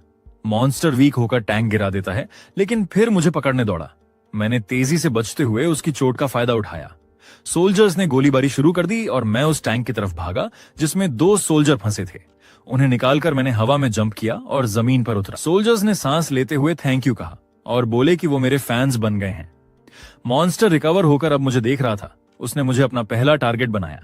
लिसा ने कहा, उसने तुम्हारी एनर्जी लॉक कर दी है, अब इनविजिबिलिटी स्किल काम नहीं करेगी। मैंने कहा, फिक्र मत करो, मैं डायरेक्ट फाइट के लिए रेडी हूं। तभी आसमान से बिजली गिरी और मॉन्स्टर के सिर पर लगी। आ गई एम्प्रेस, वो भी असली रूप में। लेकिन मॉन्स्टर ने अब मुझे टारगेट बनाया। मैं पीछे कूदा, लेकिन उसने मुझे पकड़कर अपने सिर से जोरदार टक्कर मारी। असल में ये मेरा ट्रैप था। आर्मर की हिडन थॉर्न स्किल ने मॉन्स्टर को फिर से बहुत ज्यादा डैमेज दिया। वो पागलों की तरह भागा और बिल्डिंग से टकरा गया। मैंने जंप लगाकर स्पीयर से एक और क्रिटिकल हिट किया। मॉन्स्टर अब कमजोर पड़ चुका था। एम्प्रेस समझ गई कि लेवल डिफरेंस बहुत ज्यादा है। उसके अटैक से मॉन्स्टर नहीं मरेगा। उसने कहा, मैं तुम्हें बफ दे सकती हूं, लेकिन इससे मेरी सारी डिवाइन पावर खत्म हो जाएगी। मैंने कहा, ट्राई करो। एम्प्रेस ने बिना देर किए पावर रिलीज की। सिस्टम ने बताया, स्पिरिट थंडर रिसीव्ड। अब मेरी स्पीड, अटैक, क्रिटिकल चांस सब बढ़ गए थे। अटैक्स में थंडर डैमेज भी जुड़ गया। मैंने सारे थॉर्न्स तोड़े और मॉन्स्टर के शरीर में जोरदार स्पीयर स्ट्राइक किया। थंडर डैमेज भी ट्रिगर हो गया और आखिरकार मॉन्स्टर मेरे हाथों मारा गया। मुझे इतना एक्सपीरियंस पॉइंट मिला कि मैं सीधा लेवल 28 तक पहुंच गया। लड़ाई खत्म होते ही मैं जमीन पर गिर गया। लिसा ने मेरी तारीफ की, जबकि एम्प्रेस अभी भी चेक कर रही थी कि चीता वाकई मरा है या नहीं। मुझे ये जानकर थोड़ा अजीब लगा कि उसे कोई एक्सपीरियंस पॉइंट नहीं मिला। तब उसने बताया कि क्योंकि हम पार्टी में नहीं थे इसलिए एक्सपी शेयर नहीं हुआ। ये सुनकर मैं हैरान रह गया। पहली बार मुझे इस सिस्टम का पता चला। नीचे मौजूद लोग चीता के मरने पर खुश थे, लेकिन अब बारी थी लूट डिस्ट्रीब्यूशन की। मरा हुआ चीता सिकुड़कर छोटा हो गया था। जैसे ही लोग लूट बांटने वाले थे, मैंने उन्हें रोक दिया। मैंने साफ कहा कि मेरा हिस्सा सबसे बड़ा होना चाहिए। मैंने एम्प्रेस से सजेशन मांगा। उसने कहा, मुझे 60%, उसे 20% और बाकी लोग बचा हुआ हिस्सा बांट लें। ये सुनकर मैं सैटिस्फाइड था और दूसरों ने भी अपोज नहीं किया। मैं सीधे चीता पर चढ़ा और उसके शरीर से लेवल 3 मैजिक स्टोन निकाला। मैंने एम्प्रेस से सजेशन ली और उसने कहा कि ये मुझे ही लेना चाहिए, लेकिन बाकी लोगों को यह मंजूर नहीं था। आखिर ये हाई लेवल स्टोन था। लिसा इस लो लेवल सोच को देखकर डिसअपॉइंटेड हुई। मुझे माँ की सिखाई बात याद आई, जब कंट्रोवर्सी हो तो मुट्ठी से अच्छा कम्युनिकेशन टूल और कुछ भी नहीं है। मैंने स्टोन वापस चीता के शरीर में घुसा दिया और कहा, तुम लोग आपस में बांट लो, लेकिन अगर मेरा हिस्सा जरा भी कम हुआ तो कोई भी यहाँ से जिंदा नहीं जाएगा। मेरे प्रेशर को देखकर सब होश में आ गए और मान गए कि स्टोन मुझे ही मिलेगा। मैंने फिर से मैजिक स्टोन निकाला। उसी वक्त एम्प्रेस ने कहा कि मैं उसका हिस्सा भी संभाल लूं और बदले में वो अपने शेयर का 40% मुझे देगी। उसे सिर्फ चीता की स्किन चाहिए थी, बाकी हड्डियों को भी उसने मुझे दे दिया। ये सुनकर मैंने उसे तुरंत हाँ बोल दिया। बाकी लोगों ने भी एम्प्रेस की तरह नेगोशिएशन करने की कोशिश की, लेकिन इस बार मैंने स्ट्रिक्ट एटीट्यूड दिखाया। मैंने कहा कि अब मुझे 50% मटेरियल चाहिए। मजबूरी में उन्हें मानना पड़ा। सारे मटेरियल प्रोसेस करने के बाद मैं घर जाने लगा, लेकिन एम्प्रेस ने रोका। उसने कहा कि मेरी इनविजिबिलिटी बहुत स्ट्रांग है, वो भी मुश्किल से नोटिस कर पाई। असल में वो मेरे साथ पार्टी बनाना चाहती थी। मैंने सीधे मना कर दिया। उसने जबरदस्ती नहीं की, क्योंकि उसे धरती पर और लड़ाइयां लड़नी थीं। जाते जाते उसने मुझे अपना बिजनेस कार्ड दिया। उसका नाम था कंग मराई, लेकिन मेरा उससे कांटेक्ट करने का कोई इरादा नहीं था, इसलिए कार्ड जेब में रख लिया। इतना मटेरियल लेकर मैं और लिसा घर लौट आए और वर्कशॉप में काम जारी रखा। मैंने पहले कुछ डिस्ट्रक्शन ट्रैप्स बनाने का फैसला किया। लिसा अभी सोच रही थी कि धरती पर इतने स्ट्रॉन्ग मॉन्स्टर्स क्यों आ रहे हैं। हालांकि अभी हाल ही में कैटास्ट्रोफी हुआ था, लेकिन लेवल 3 के मॉन्स्टर्स पहले ही आ चुके थे। उसने कहा कि अभी धरती पर कोई भी सेकंड प्रोफेशन वाले प्रोफेशनल्स नहीं हैं। फिर भी मॉन्स्टर्स तीसरे लेवल तक डेवलप हो चुके हैं। इंसान डिवाइन पावर की मदद से दूसरी दुनिया में जाकर स्ट्रॉन्ग हो सकते थे, लेकिन मॉन्स्टर्स की ग्रोथ बहुत तेज थी। मैंने काल्मनेस के साथ कहा, फिलहाल कोई सॉल्यूशन नहीं है, तो जो कर सकते हैं वही करते हैं। हमारी बातों से पता चला कि सिर्फ हमारे देश में ही लेवल 3 मॉन्स्टर्स दिख रहे थे। मैंने अंदाजा लगाया कि ये डिस्ट्रक्शन ट्रैप्स की वजह से हो रहा है। मॉन्स्टर्स को इनसे खतरा महसूस हुआ और वो प्रेशर्ड होकर तेजी से डेवलप होने लगे। लिसा को पहले शक हुआ, लेकिन फिर मानना पड़ा कि ये हाइपोथेसिस सही हो सकता है। फिर भी अगर ट्रैप्स ना हो तो मॉन्स्टर्स इंसानों को मारकर और भी स्ट्रांग हो जाते। मतलब ट्रैप्स जरूरी थे, भले ही वो उनकी ग्रोथ को तेज कर रहे थे। मैंने ट्रैप्स बनाना जारी रखा। लिसा सोच रही थी कि क्या मुझे सच में सिर्फ ये चीजें बनाकर खुशी मिलती है। मैंने कहा कि मैं ये सिर्फ एक्सपीरियंस के लिए कर रहा हूँ। 1000 साल तक जिंदगी स्टेबल थी, ये न्यू थिंग्स एक्सपीरियंस करना ही मेरे लिए नया था। उसने कहा कि जब मैं और स्ट्रांग बनूंगा तो और भी अलग एक्सपीरियंसेस मेरा इंतजार कर रहे होंगे। यही मेरा भी मानना था कि खुद को लगातार स्ट्रांग बनाता रहूं। कुछ टाइम बाद रात हो गई और फेरीज वापस आई, जिन्होंने अपनी माना रिकवर कर ली थी। डिस्ट्रक्शन ट्रैप परफेक्ट करने के बाद वो अलग अलग देशों में डंजन सेट करने निकल गए। घर आकर मैं नहाया। आईने में देखकर लगा कि मेरा शरीर पहले से ज्यादा मस्कुलर हो गया है। मैंने लिसा से पूछा तो उसने कहा कि ये तो हर लेवल अप के साथ बढ़ता ही है। अब समझ आया कि चेहरा भी हैंडसम लगने लगा है। ये सुनकर मैं खुश होकर मसल्स दिखाने लगा। लिसा ने मुझे चिप्स फेंककर टीवी से हटने को कहा। अगले दिन सुबह उठते ही सिस्टम ने नई स्किल दी, रेस्ट। पहले तो मैं इसे हल्के में ले रहा था, लेकिन लिसा बोली कि ये एसएस लेवल डिफिकल्टी वाली स्किल है जिसे उसने भी मास्टर नहीं किया। असल में मैं हर रात बेटर स्लीप टेक्निक्स ट्राई करता था, इसी वजह से ये स्किल मुझे मिल गई। रेस्ट अभी सिर्फ स्लीप रिकवरी बढ़ाता था, लेकिन डेवलप होने के बाद बहुत पावरफुल होगा। लिसा ने बताया कि स्किल्स भी डेवलप हो सकती हैं, जैसे प्रोफेशंस। मेरी स्पीयर स्किल और बैटल स्किल भी अपग्रेड हो सकती थी, लेकिन कंडीशन बहुत हार्ड थी। मुझे लेवल 4 के मैजिक स्टोन चाहिए था, यानी अभी शॉर्ट टर्म में अपग्रेड पॉसिबल नहीं था। लिसा को लगता था कि मेरी लेवलिंग स्लो है, क्योंकि मेरा यूनिक प्रोफेशन ज्यादा एक्सपी कंज्यूम करता है। अभी मैं सबसे स्ट्रांग था क्योंकि 1000 साल की मार्शल आर्ट्स प्रैक्टिस थी, लेकिन बाकी लोग भी धीरे धीरे डिवाइन पावर सीखकर मुझे कैच कर लेंगे। अगर मैंने डिवाइन पावर मास्टर कर ली तो मैं ऐसा मॉन्स्टर बन सकता था जो गॉड को भी चैलेंज करे। 2 दिन बाद माँ मुझे दूसरी दुनिया से ब्रेकफास्ट देने आई और जल्दी लौट गई। तभी न्यूज में वही जगह दिखाई गई जहां मैंने जायंट चीटा को मारा था, लेकिन उसका डेड बॉडी गायब था। सबने कहा कि डंजन ने डेड बॉडी निगल लिया होगा, लेकिन मुझे शक हुआ कि चीता प्रेग्नेंट थी। और अचानक कैमरे में मैंने एक ब्लैक चीटा की प्रेजेंस देखी। शायद उसकी पावर इनविजिबिलिटी थी। मुझे अफसोस हुआ कि अगर जायंट चीटा को पूरा काटकर चेक किया होता तो ये हिडन डेंजर कभी न रहता। इस छिपे हुए खतरे की जड़ उन लोगों में थी जिन्होंने मटेरियल्स के लिए झगड़ा किया और बॉडी को टाइम पर नहीं काटा। लिसा की बातें मेरी जिम्मेदारी को कम नहीं कर सकती थी। मैं अभी भी काफी केयरलेस था।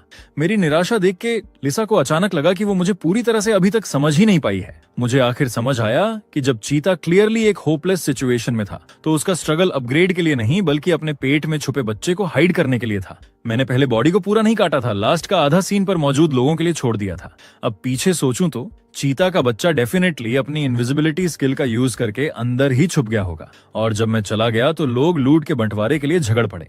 इसलिए माँ चीता का बॉडी शायद काफी देर तक पड़ा रहा और बच्चा शायद तभी पैदा हुआ। लेकिन अब लिसा ने और भी खराब रिजल्ट के बारे में सोचा। चीता को मारने में कई लोग शामिल थे। छोटा चीता पैदा होते ही अपनी माँ का बॉडी खा गया और वहाँ कई फर्स्ट लेवल ह्यूमंस मौजूद थे। ये सुनते ही मैं पूरा कांप गया और पूछा, क्या ये छोटा चीता 3rd लेवल का है? लिसा ने कॉन्फिडेंट होकर कहा, स्पेशल इनविजिबिलिटी एबिलिटीज वाला छोटा चीता डेफिनेटली 3rd लेवल का है। ये सुनकर मैं चुप हो गया और नॉइजी टीवी बंद कर दिया। लिसा सच में जानना चाहती थी कि क्या मुझे मॉन्स्टर का सामना करने का कॉन्फिडेंस है। इस पर मैं नेचुरल कॉन्फिडेंस से भरा था। उसकी एबिलिटी भी इनविजिबिलिटी थी और मुझे जरूरी नहीं कि उससे हारना पड़े। मेरे कॉन्फिडेंट एटीट्यूड को देखकर लिसा ने मुझे कुछ गुड न्यूज भी दी। अगर उसकी इनविजिबिलिटी बहुत स्ट्रांग है तो उसकी डिफेंस और अटैक कंपैरेटिवली वीक होगी, और वो अभी न्यूबॉर्न था तो उसकी स्ट्रेंथ पिछली चीता से ज्यादा नहीं होगी। तो मैंने नए इक्विपमेंट्स बनाने की तैयारी की। मुझे जल्दी इसका पीछा करना था, वरना अगर वो सिटी के सेंटर तक पहुंच गया तो बाकी बचे ह्यूमंस खतरे में पड़ जाते। लेकिन तभी मुझे याद आया कि कोई और है जो मेरी मदद कर सकती है, एम्प्रेस।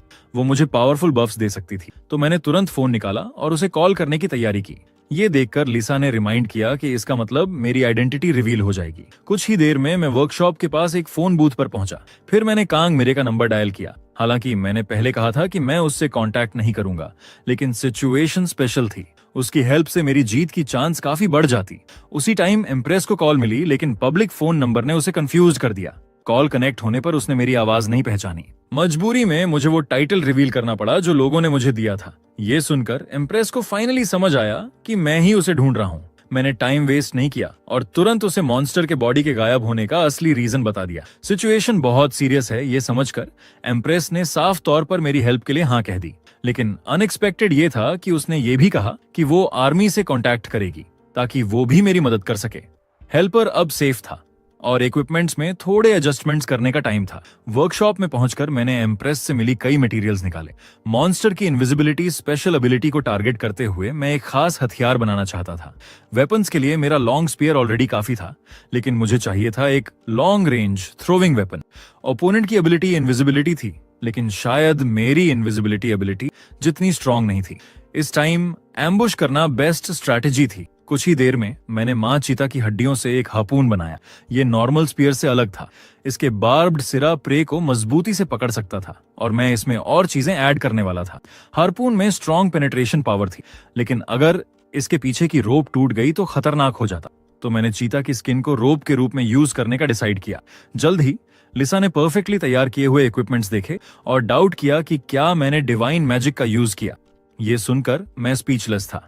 अगर मैंने डिवाइन पावर मास्टर कर ली होती तो मुझे इतनी मेहनत करने की जरूरत ही नहीं होती। मैं सीधा मॉन्स्टर की पिटाई करने चला जाता। आखिरकार कई घंटों बाद सब तैयार हो गया।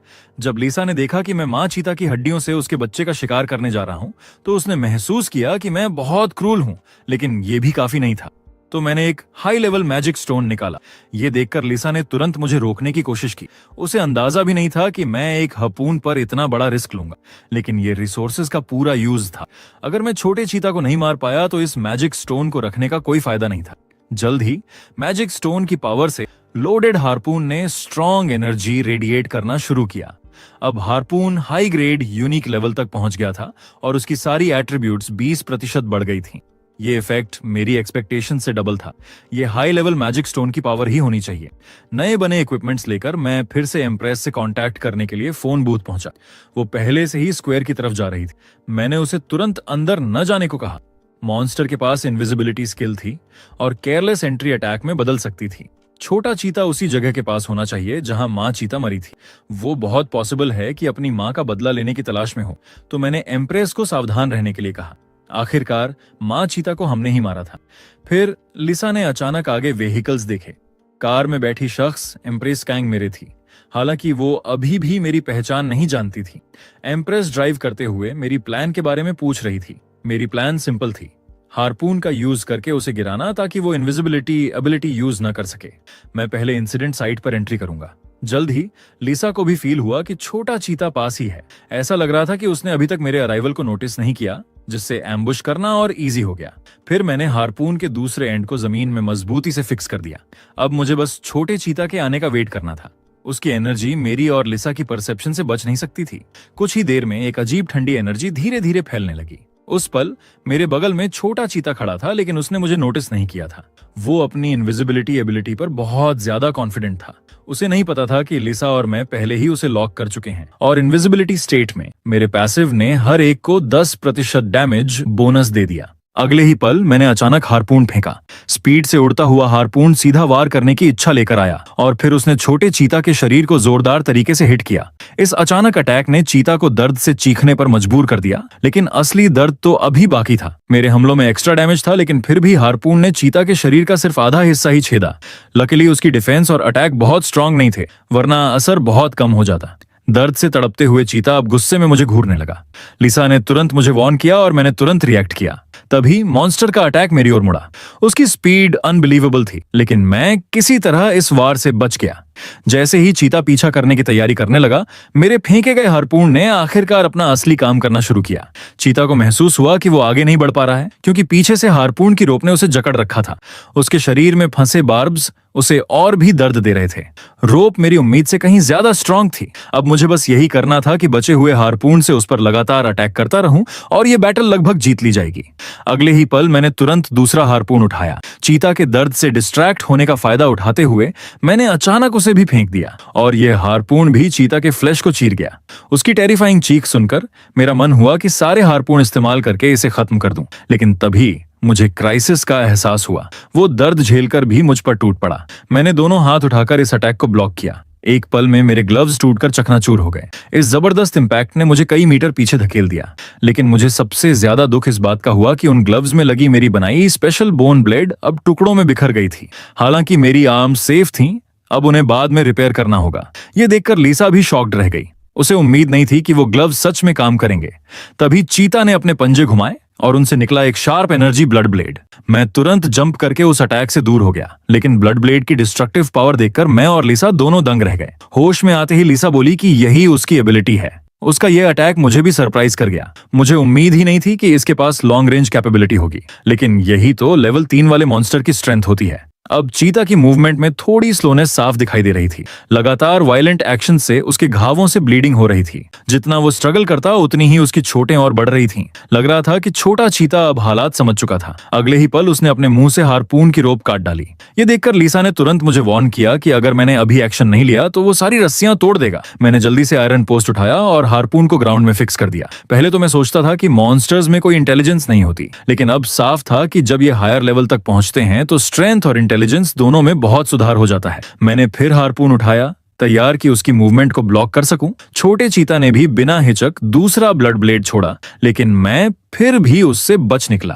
फिर मैंने पूरी फोर्स से हारपून फेंका। इस बार मेरा टारगेट था उसका पंजा। उसके शरीर में पहले से ही 3 हारपून धंसे हुए थे और अब पंजे में फंसा हारपून उसे अटैक करने से रोक रहा था। चीता पागलों की तरह चीख उठा। लिसा ने मेरे थ्रोइंग स्किल की प्रेज की। उसकी यह रेयर प्रशंसा सुनकर मैं खुश हो गया, लेकिन अभी भी लापरवाह नहीं हो सकता था। छोटे चीता को इतनी आसानी से मारना पॉसिबल नहीं था। तभी पीछे से लाउड नॉइज आई। वो थी एम्प्रेस कांगमिरे। वह अब अपने सोल्जर्स के साथ पहुंच चुकी थी। सामने जूझते मॉन्स्टर को देखकर उसने तुरंत अटैक शुरू किया। उसकी हथेलियों में इलेक्ट्रिक एनर्जी चमकने लगी। उसने पूरी स्ट्रेंथ से अपनी पावर रिलीज की। इस बार की बिजली पिछली बार से कई गुना ज्यादा पावरफुल थी। उसका वार छोटे चीता पर बहुत हैवी पड़ा और अब उनकी कार भी आकर मेरे सामने रुकी। कार से उतरकर एम्प्रेस ने सरप्राइज होकर देखा कि मैंने वाकई मॉन्स्टर को कैप्चर कर रखा है। उसके आने से मैं बेहद एक्साइटेड हो गया। वो बिल्कुल राइट टाइम पर आई थी। मैंने तुरंत उसके साथ स्ट्रेटेजी पर डिस्कस किया। मेरी प्लान थी कि एम्प्रेस इलेक्ट्रिक अटैक करके मेरे वॉर का साथ दे। एम्प्रेस की स्ट्रेंथ तेजी से बढ़ती जा रही थी। साफ था कि उसकी असली आइडेंटिटी बहुत इंपॉर्टेंट है, लेकिन यही तो बेस्ट था। जितनी वो स्ट्रांग होगी, शिकार उतना ही ईजी होगा। चीता ने उसके अटैक का सामना किया, लेकिन अब उसका शेक करता बॉडी उसकी वीकनेस दिखा रहा था और अब असली हंटिंग बैटल शुरू हो चुकी थी। मैंने फिर से हारपून पोस्ट को ग्राउंड में ठोक दिया। छोटा चीता अभी अभी एम्प्रेस की बिजली से पैरालाइज हुआ था। उसके शरीर में पहले से ही 3 हारपून धंसे हुए थे। अब वो कहीं नहीं जा सकता था। मैंने पूरी फोर्स से अगला हारपून फेंका। इस बार उसका दूसरा पंजा टारगेट बना। छोटा चीता बहुत पावरफुल था। मुझे डर था कि पोस्ट टूट सकते हैं, इसलिए मैं कोई चांस नहीं लेना चाहता था। मैंने एम्प्रेस से उसकी कंडीशन पूछी। उसने कहा कि अभी तुरंत बिजली गिरा सकती है, लेकिन अगर 2 मिनट और रुके तो उसका अटैक और भी स्ट्रांग होगा। मैंने उससे कहा कि 2 मिनट में वार करे, तब तक मैं इस मॉन्स्टर को उलझाए रखूंगा। चीता लगातार अटैक झेलकर भी खड़ा रहने की कोशिश कर रहा था। लिसा और मैं समझ गए थे कि उसकी स्टेमिना अभी पूरी तरह खत्म नहीं हुई है। मैंने फिर हारपून उठाया और अगले ही पल अटैक किया। चीता दर्द से ग्रोंड करने लगा, लेकिन पंजों में दर्द होने के बावजूद उसने फिर कई ब्लड ब्लेड छोड़े। मुझे लगा उसका टारगेट मैं हूँ, लेकिन उन अटैक्स ने आसपास की बिल्डिंग्स और ग्राउंड को हिट किया। जैसे ही मैं सोच रहा था कि वो ऐसा क्यों कर रहा है, तभी ग्राउंड स्ट्रांगली शेक करने लगी। ये उसकी दूसरी एबिलिटी थी, मिनरलाइजेशन। ये देखकर एम्प्रेस ने उसकी पावर रोकने की तैयारी की, लेकिन छोटे चीता ने तुरंत इलेक्ट्रिक फोर्स को भांप लिया और कार पर पागलों की तरह टूट पड़ा। उसके अटैक इतने वायलेंट थे कि एम्प्रेस ब्लॉक हो गई और वो चीता को टारगेट नहीं बना सकी। फिर चीता और भी क्रूर हो गया। उसने जबरदस्ती अपना पैर हारपून से खींच लिया, चाहे उसका शरीर फट क्यों न जाए। उसकी इस रूथलेसनेस ने मुझे हिला दिया, लेकिन मेरी किल करने की चाह और भी स्ट्रांग हो गई। अब उसका पैर फ्री हो चुका था, लेकिन मुझे एम्प्रेस की बिजली से उसके पैरालाइज होने का इंतजार करना था।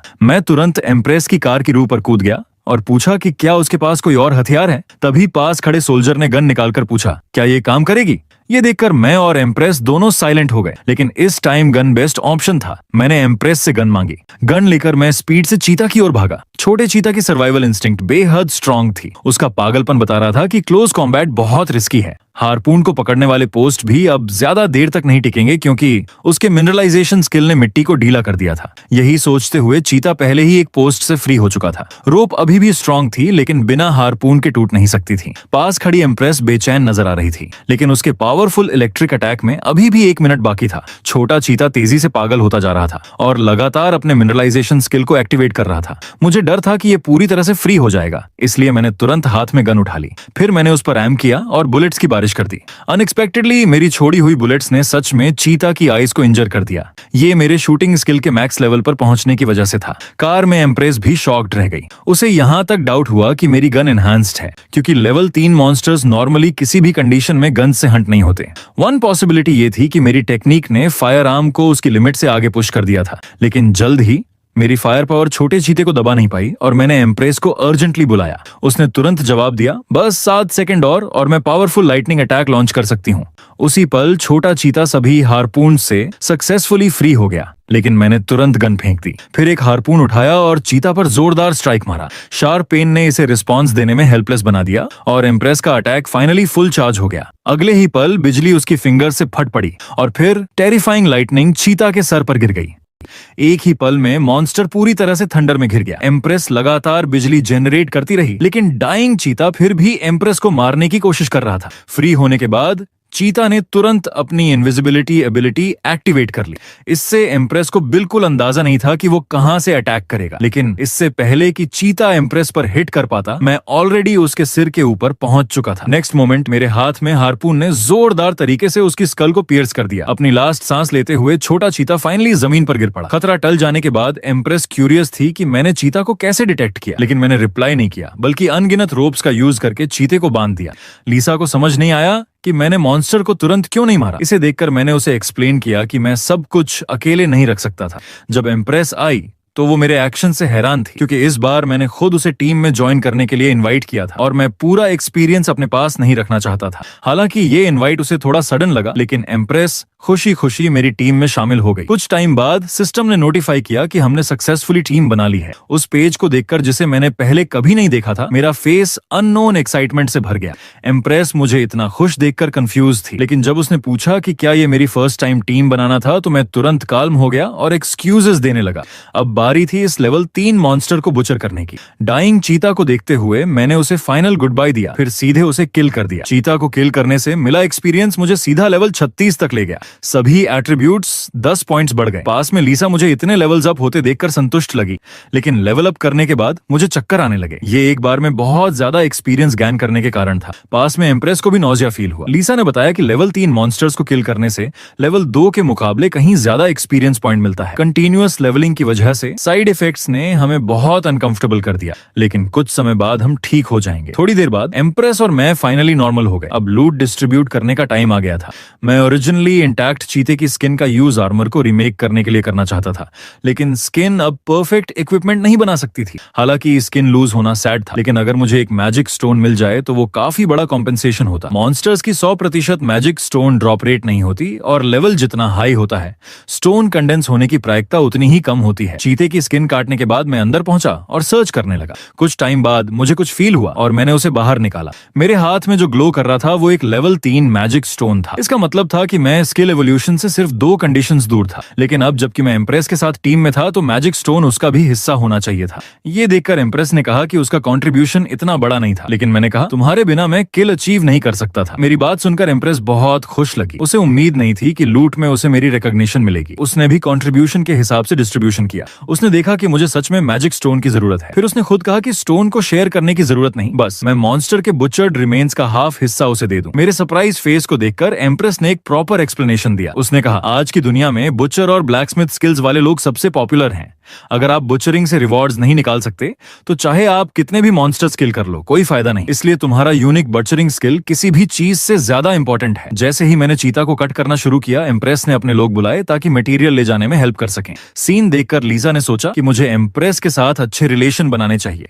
आखिर ऐसी बैकग्राउंड और स्ट्रेंथ वाले लोग रेयर होते हैं। हालांकि लीसा राइट थी, लेकिन सोशली एंग्शियस होने की वजह से मेरे लिए रिलेशनशिप बनाना अभी भी मुश्किल था। कुछ देर बाद मैंने फाइनली छोटे चीते को पूरी तरह से कट कर दिया। एम्प्रेस के साथ आए लोग कई ट्रक्स लेकर आए थे और उसने सबको मटेरियल लोड करने का इंस्ट्रक्शन दिया। मटेरियल हैंडल करने के बाद एम्प्रेस ने मुझे बहुत थैंक्स कहा कि मैंने न सिर्फ उसे एक्सपीरियंस दिलाने के लिए साथ लिया बल्कि उसे ह्यूज मॉन्स्टर मटेरियल भी दिया। ये देखकर मैंने कहा कि छोटे चीते को किल करने में उसने भी बहुत मदद की। लेकिन फिर एम्प्रेस ने मुस्कुराते हुए हमारी टीम को डिसमिस करना चाहा। ये सुनकर मेरा दिल टूट गया। मैंने सोचा कि शायद मैंने कुछ ऐसा किया जो उसे पसंद नहीं आया, लेकिन एम्प्रेस ने कहा, मुझे लगता है कि मेरे और तुम्हारे बीच का अंतर बहुत बड़ा है। अगर हम कंटिन्यू करेंगे तो शायद मैं तुम्हें पीछे खींच लूंगी। जब मेरी स्ट्रेंथ तुम्हारे बराबर होगी तब मैं तुम्हें फिर से टीम इनवाइट भेजूंगी। उसके रियल थॉट्स जानकर मैंने फोर्स नहीं किया और अग्री किया कि फ्यूचर में मैं इस पर जरूर कंसिडर करूंगा। मेरी रिस्पांस पाकर एम्प्रेस ने मेरे कैरेक्टर की बहुत तारीफ की। उसने सोचा कि मैं पहले की तरह प्रिंसिपल्स वाला हूं। उसी वक्त मैंने भी एम्प्रेस का बढ़ाया हाथ पकड़ लिया। अगले ही पल हमारी टीम डिसमिस हो गई। हालांकि मुझे अकेले होने की फ्रीडम वापस मिल गई थी, लेकिन एक साथी खोने से मुझे थोड़ा सैडनेस हुआ। फिर भी मैंने एम्प्रेस के चॉइस का रिस्पेक्ट किया। फ्यूचर में जब हम दोनों स्ट्रॉन्गर होंगे तो फिर से साथ काम करेंगे। इस बीच एम्प्रेस के साथ आए लोगों ने कहा कि अब जाने का टाइम है, लेकिन जैसे ही वो ड्राइव करने वाले थे एम्प्रेस को अचानक कुछ याद आया। उसने मुझे रोक लिया जब मैं घर जाने की तैयारी कर रहा था। असल में उसे मेरे कॉन्टैक्ट डिटेल्स और रियल नेम चाहिए थे और उसने वादा किया कि वो किसी को नहीं बताएगी। सनसेट में एम्प्रेस को देखकर मुझे लगा कि वो ट्रस्टवर्दी है और लगातार 2 फाइट्स के बाद मुझे लगा कि मेरे दिल में ऑलरेडी आंसर है। फिर मैंने उसे अपना नाम और कॉन्टैक्ट डिटेल्स दोनों देने का फैसला किया। मेरा नाम जानने के बाद एम्प्रेस हैप्पीली बोली कि वो जरूर मुझसे कांटेक्ट करेगी और ये लगता था कि पहली बार मैंने किसी लड़की के साथ नंबर्स एक्सचेंज किए थे। मेरी करंट कंडीशन देखकर लीसा मुझे छेड़े बिना नहीं रह सकी। शाम को मैं फॉर्जिंग वर्कशॉप में वापस आया। छोटे चीते को किल करने और लेवल 3 मैजिक स्टोन पाने के बाद मेरी मार्क्समैनशिप एवोल्यूशन से सिर्फ 2 कंडीशंस बाकी थीं, लेकिन मेरा एसएस लेवल कंफर्ट स्किल अभी भी काफी दूर था, स्पेशली क्योंकि उसमें 500 लीटर ट्रोल ब्लड चाहिए था। अब तक धरती पर कोई ट्रोल नहीं मिला था। फ्यूचर में ट्रोल को एफिशिएंटली किल करने के लिए मैंने लीसा से ट्रोल नॉलेज के बारे में बहुत क्वेश्चंस पूछे। उसने बताया कि ट्रोल्स के पास एक्सट्रीमली स्ट्रॉन्ग रिजनरेटिव एबिलिटीज होती हैं। तब मुझे समझ आया कि कंफर्ट स्किल एवोल्यूशन के लिए ट्रोल ब्लड क्यों चाहिए था। शायद ये इवॉल्व हुए कंफर्ट को हीलिंग एबिलिटीज दे सकता है। मेरे अंदाजे को लीसा ने कंफर्म किया और मेरी कंफर्ट स्किल के लिए एंटिसिपेशन और भी बढ़ गई। नेक्स्ट, मुझे अपने स्पीयर को फिर से स्ट्रेंथन करने की जरूरत थी, वरना ये आने वाले मॉन्स्टर्स पर इफेक्टिव नहीं होगा। मैं चाहता था कि लीसा डंजन बनाने में यूज किए जाने वाले कुछ मैजिक स्टोन्स मेरे साथ शेयर करे, लेकिन उसने मना कर दिया क्योंकि अनयूज्ड मटेरियल्स हेवन द्वारा रिकॉल हो जाते हैं। मैजिक स्टोन अपग्रेड के बिना मैंने पहले बाकी मटेरियल्स हैंडल करने की सोची, लेकिन मॉन्स्टर का मीट अभी भी टॉक्सिन से भरा लग रहा था और मुझे नहीं पता था इसे कैसे सॉल्व करूं जब तक कि मुझे तुरंत पॉइजन रेजिस्टेंस ना मिल जाए। तभी अचानक हाई टेम्परेचर ने मेरा हाथ जला दिया और मॉन्स्टर का मीट नीचे गिर गया। मुझे उम्मीद नहीं थी कि इटर्नल फ्लेम एक्चुअली मॉन्स्टर का मीट खाना पसंद करती है। पॉइजन रेजिस्टेंस हासिल करने के बाद मैं खुद इसका टेस्ट लेना चाहता था, लेकिन लीसा को लगा कि मॉन्स्टर का मीट अब तक रॉटन हो चुका होता है। हालांकि फ्लेम द्वारा रिफाइंड मीट देखकर मुझे अजीब फील हुआ। फिर इटर्नल फ्लेम के अंदर के मीट पीसेस चेंज होने लगे। जैसा मैंने सोचा था वैसा चारकोल नहीं बना। फ्लेम द्वारा रिफाइन होने के बाद जो सामने आया उसने मुझे हैरान कर दिया। रिफाइंड मीट इलास्टिक और टफ हो गया। मेरे एक्साइटेड फेस को देखकर लीसा क्यूरियस थी कि मैं इसके साथ क्या करने की प्लान कर रहा हूं। मैंने मीट को हैमर से मारते हुए उसे अपने प्लान्स बताए। ये इटर्नल फ्लेम द्वारा रिफाइन हुआ था, इसलिए इसमें हाई फायर रेजिस्टेंस होना चाहिए। अगर मैं इससे स्लिंग शॉट जैसी कोई चीज बनाऊं तो ये श्योरली इफेक्टिव होगी। फिर मैंने बड़ी मात्रा में मीट फ्लेम में डाल दिया। रिफाइंड मीट को प्रोसेस करते हुए मैंने अपने मेजरमेंट के हिसाब से स्लिंग शॉट ब्लूप्रिंट बनाना शुरू किया, जिसका काम चीते के टीथ हेमो करेंगे। उनकी शार्पनेस बोन्स से कहीं ज्यादा थी। कुछ समय बाद कई बड़े टूथ बॉल्स सक्सेसफुली तैयार हो गए। कई घंटों बाद मेरे लिए सबसे ज्यादा जरूरी स्लिंग शॉट गन भी रेडी हो गई। अनफॉर्चुनेटली मैं इस पर अपग्रेड यूज नहीं कर सका। स्लिंग शॉट बेसिकली कंप्लीट था और रिफाइंड मीट बेस्ट स्ट्रिंग साबित हुआ। ये नया वेपन डेफिनेटली लेथल होगा। बस एक कमी थी कि इसका यूज करना काफी मुश्किल था, क्योंकि सिर्फ एमो लोड करना ही मेरे लिए बहुत परेशान करने वाला था। रियल फाइट में इसे लगातार यूज करना अनरियलिस्टिक लग रहा था, लेकिन एक फाइनल ट्रम्प कार्ड के तौर पर यह परफेक्ट था। लकीली डिवाइन आर्ट्स के बाद स्लिंग शॉट को 20% लोडिंग स्पीड बूस्ट मिला। ये मेरे लिए अनएक्सपेक्टेड हैप्पीनेस थी, लेकिन लीसा को अभी भी लगा कि स्लिंग शॉट में बहुत फ्लॉज हैं, क्योंकि इसकी लेंथ प्लस टीथ लगभग 3 मीटर थी। हालांकि ये वेपन बेसिकली बड़े मॉन्स्टर्स से निपटने के लिए था। मैंने छोटे मॉन्स्टर्स के लिए वेपन्स बनाने के लिए चीते की बोन्स यूज करने की सोची। पूरा दिन नए वेपन्स बनाने के बाद अगली सुबह भी मैंने रेस्ट नहीं किया, बल्कि की डंजन बनाना कंटिन्यू किया। फेरीज भी अभी अभी अपनी मैजिक पावर रिकवर कर चुकी थी, तो वो सब मेरे डंजन बनाने को देखने आ गई। अब लीसा के पास मेरे बनाए हुए 17 डंजन्स थे। मेरे ट्रैप्स का इफेक्ट देखकर उसने बताया कि मुझे सिर्फ 8 और बनाने की जरूरत है, क्योंकि फेरी रिकॉर्ड से पता चला कि चाहे ड्यूनन्स कितने भी अच्छे क्यों ना हो, उनकी लिमिट होती है। अगर सारे मॉन्स्टर्स ड्यूनन्स में अट्रैक्ट हो गए तो एक्स्ट्रा ट्रैप्स डिवाइन पावर से क्लैश करेंगे, जिससे धरती पर अनप्रेसिडेंटेड पावरफुल मॉन्स्टर्स अपीयर होंगे। फिर वो डंजन्स के जरिए और स्ट्रॉन्गर बनेंगे। मैं पूरी तरह से शॉक्ड रह गया। अगर फेरी लेवल या उससे ऊपर के मॉन्स्टर्स अपीयर हुए तो शायद धरती का एग्जिस्टेंस ही खत्म हो जाए। यही रीजन था कि लीसा ने कहा कि मुझे सिर्फ 8 और डंजन्स बनाने की जरूरत है।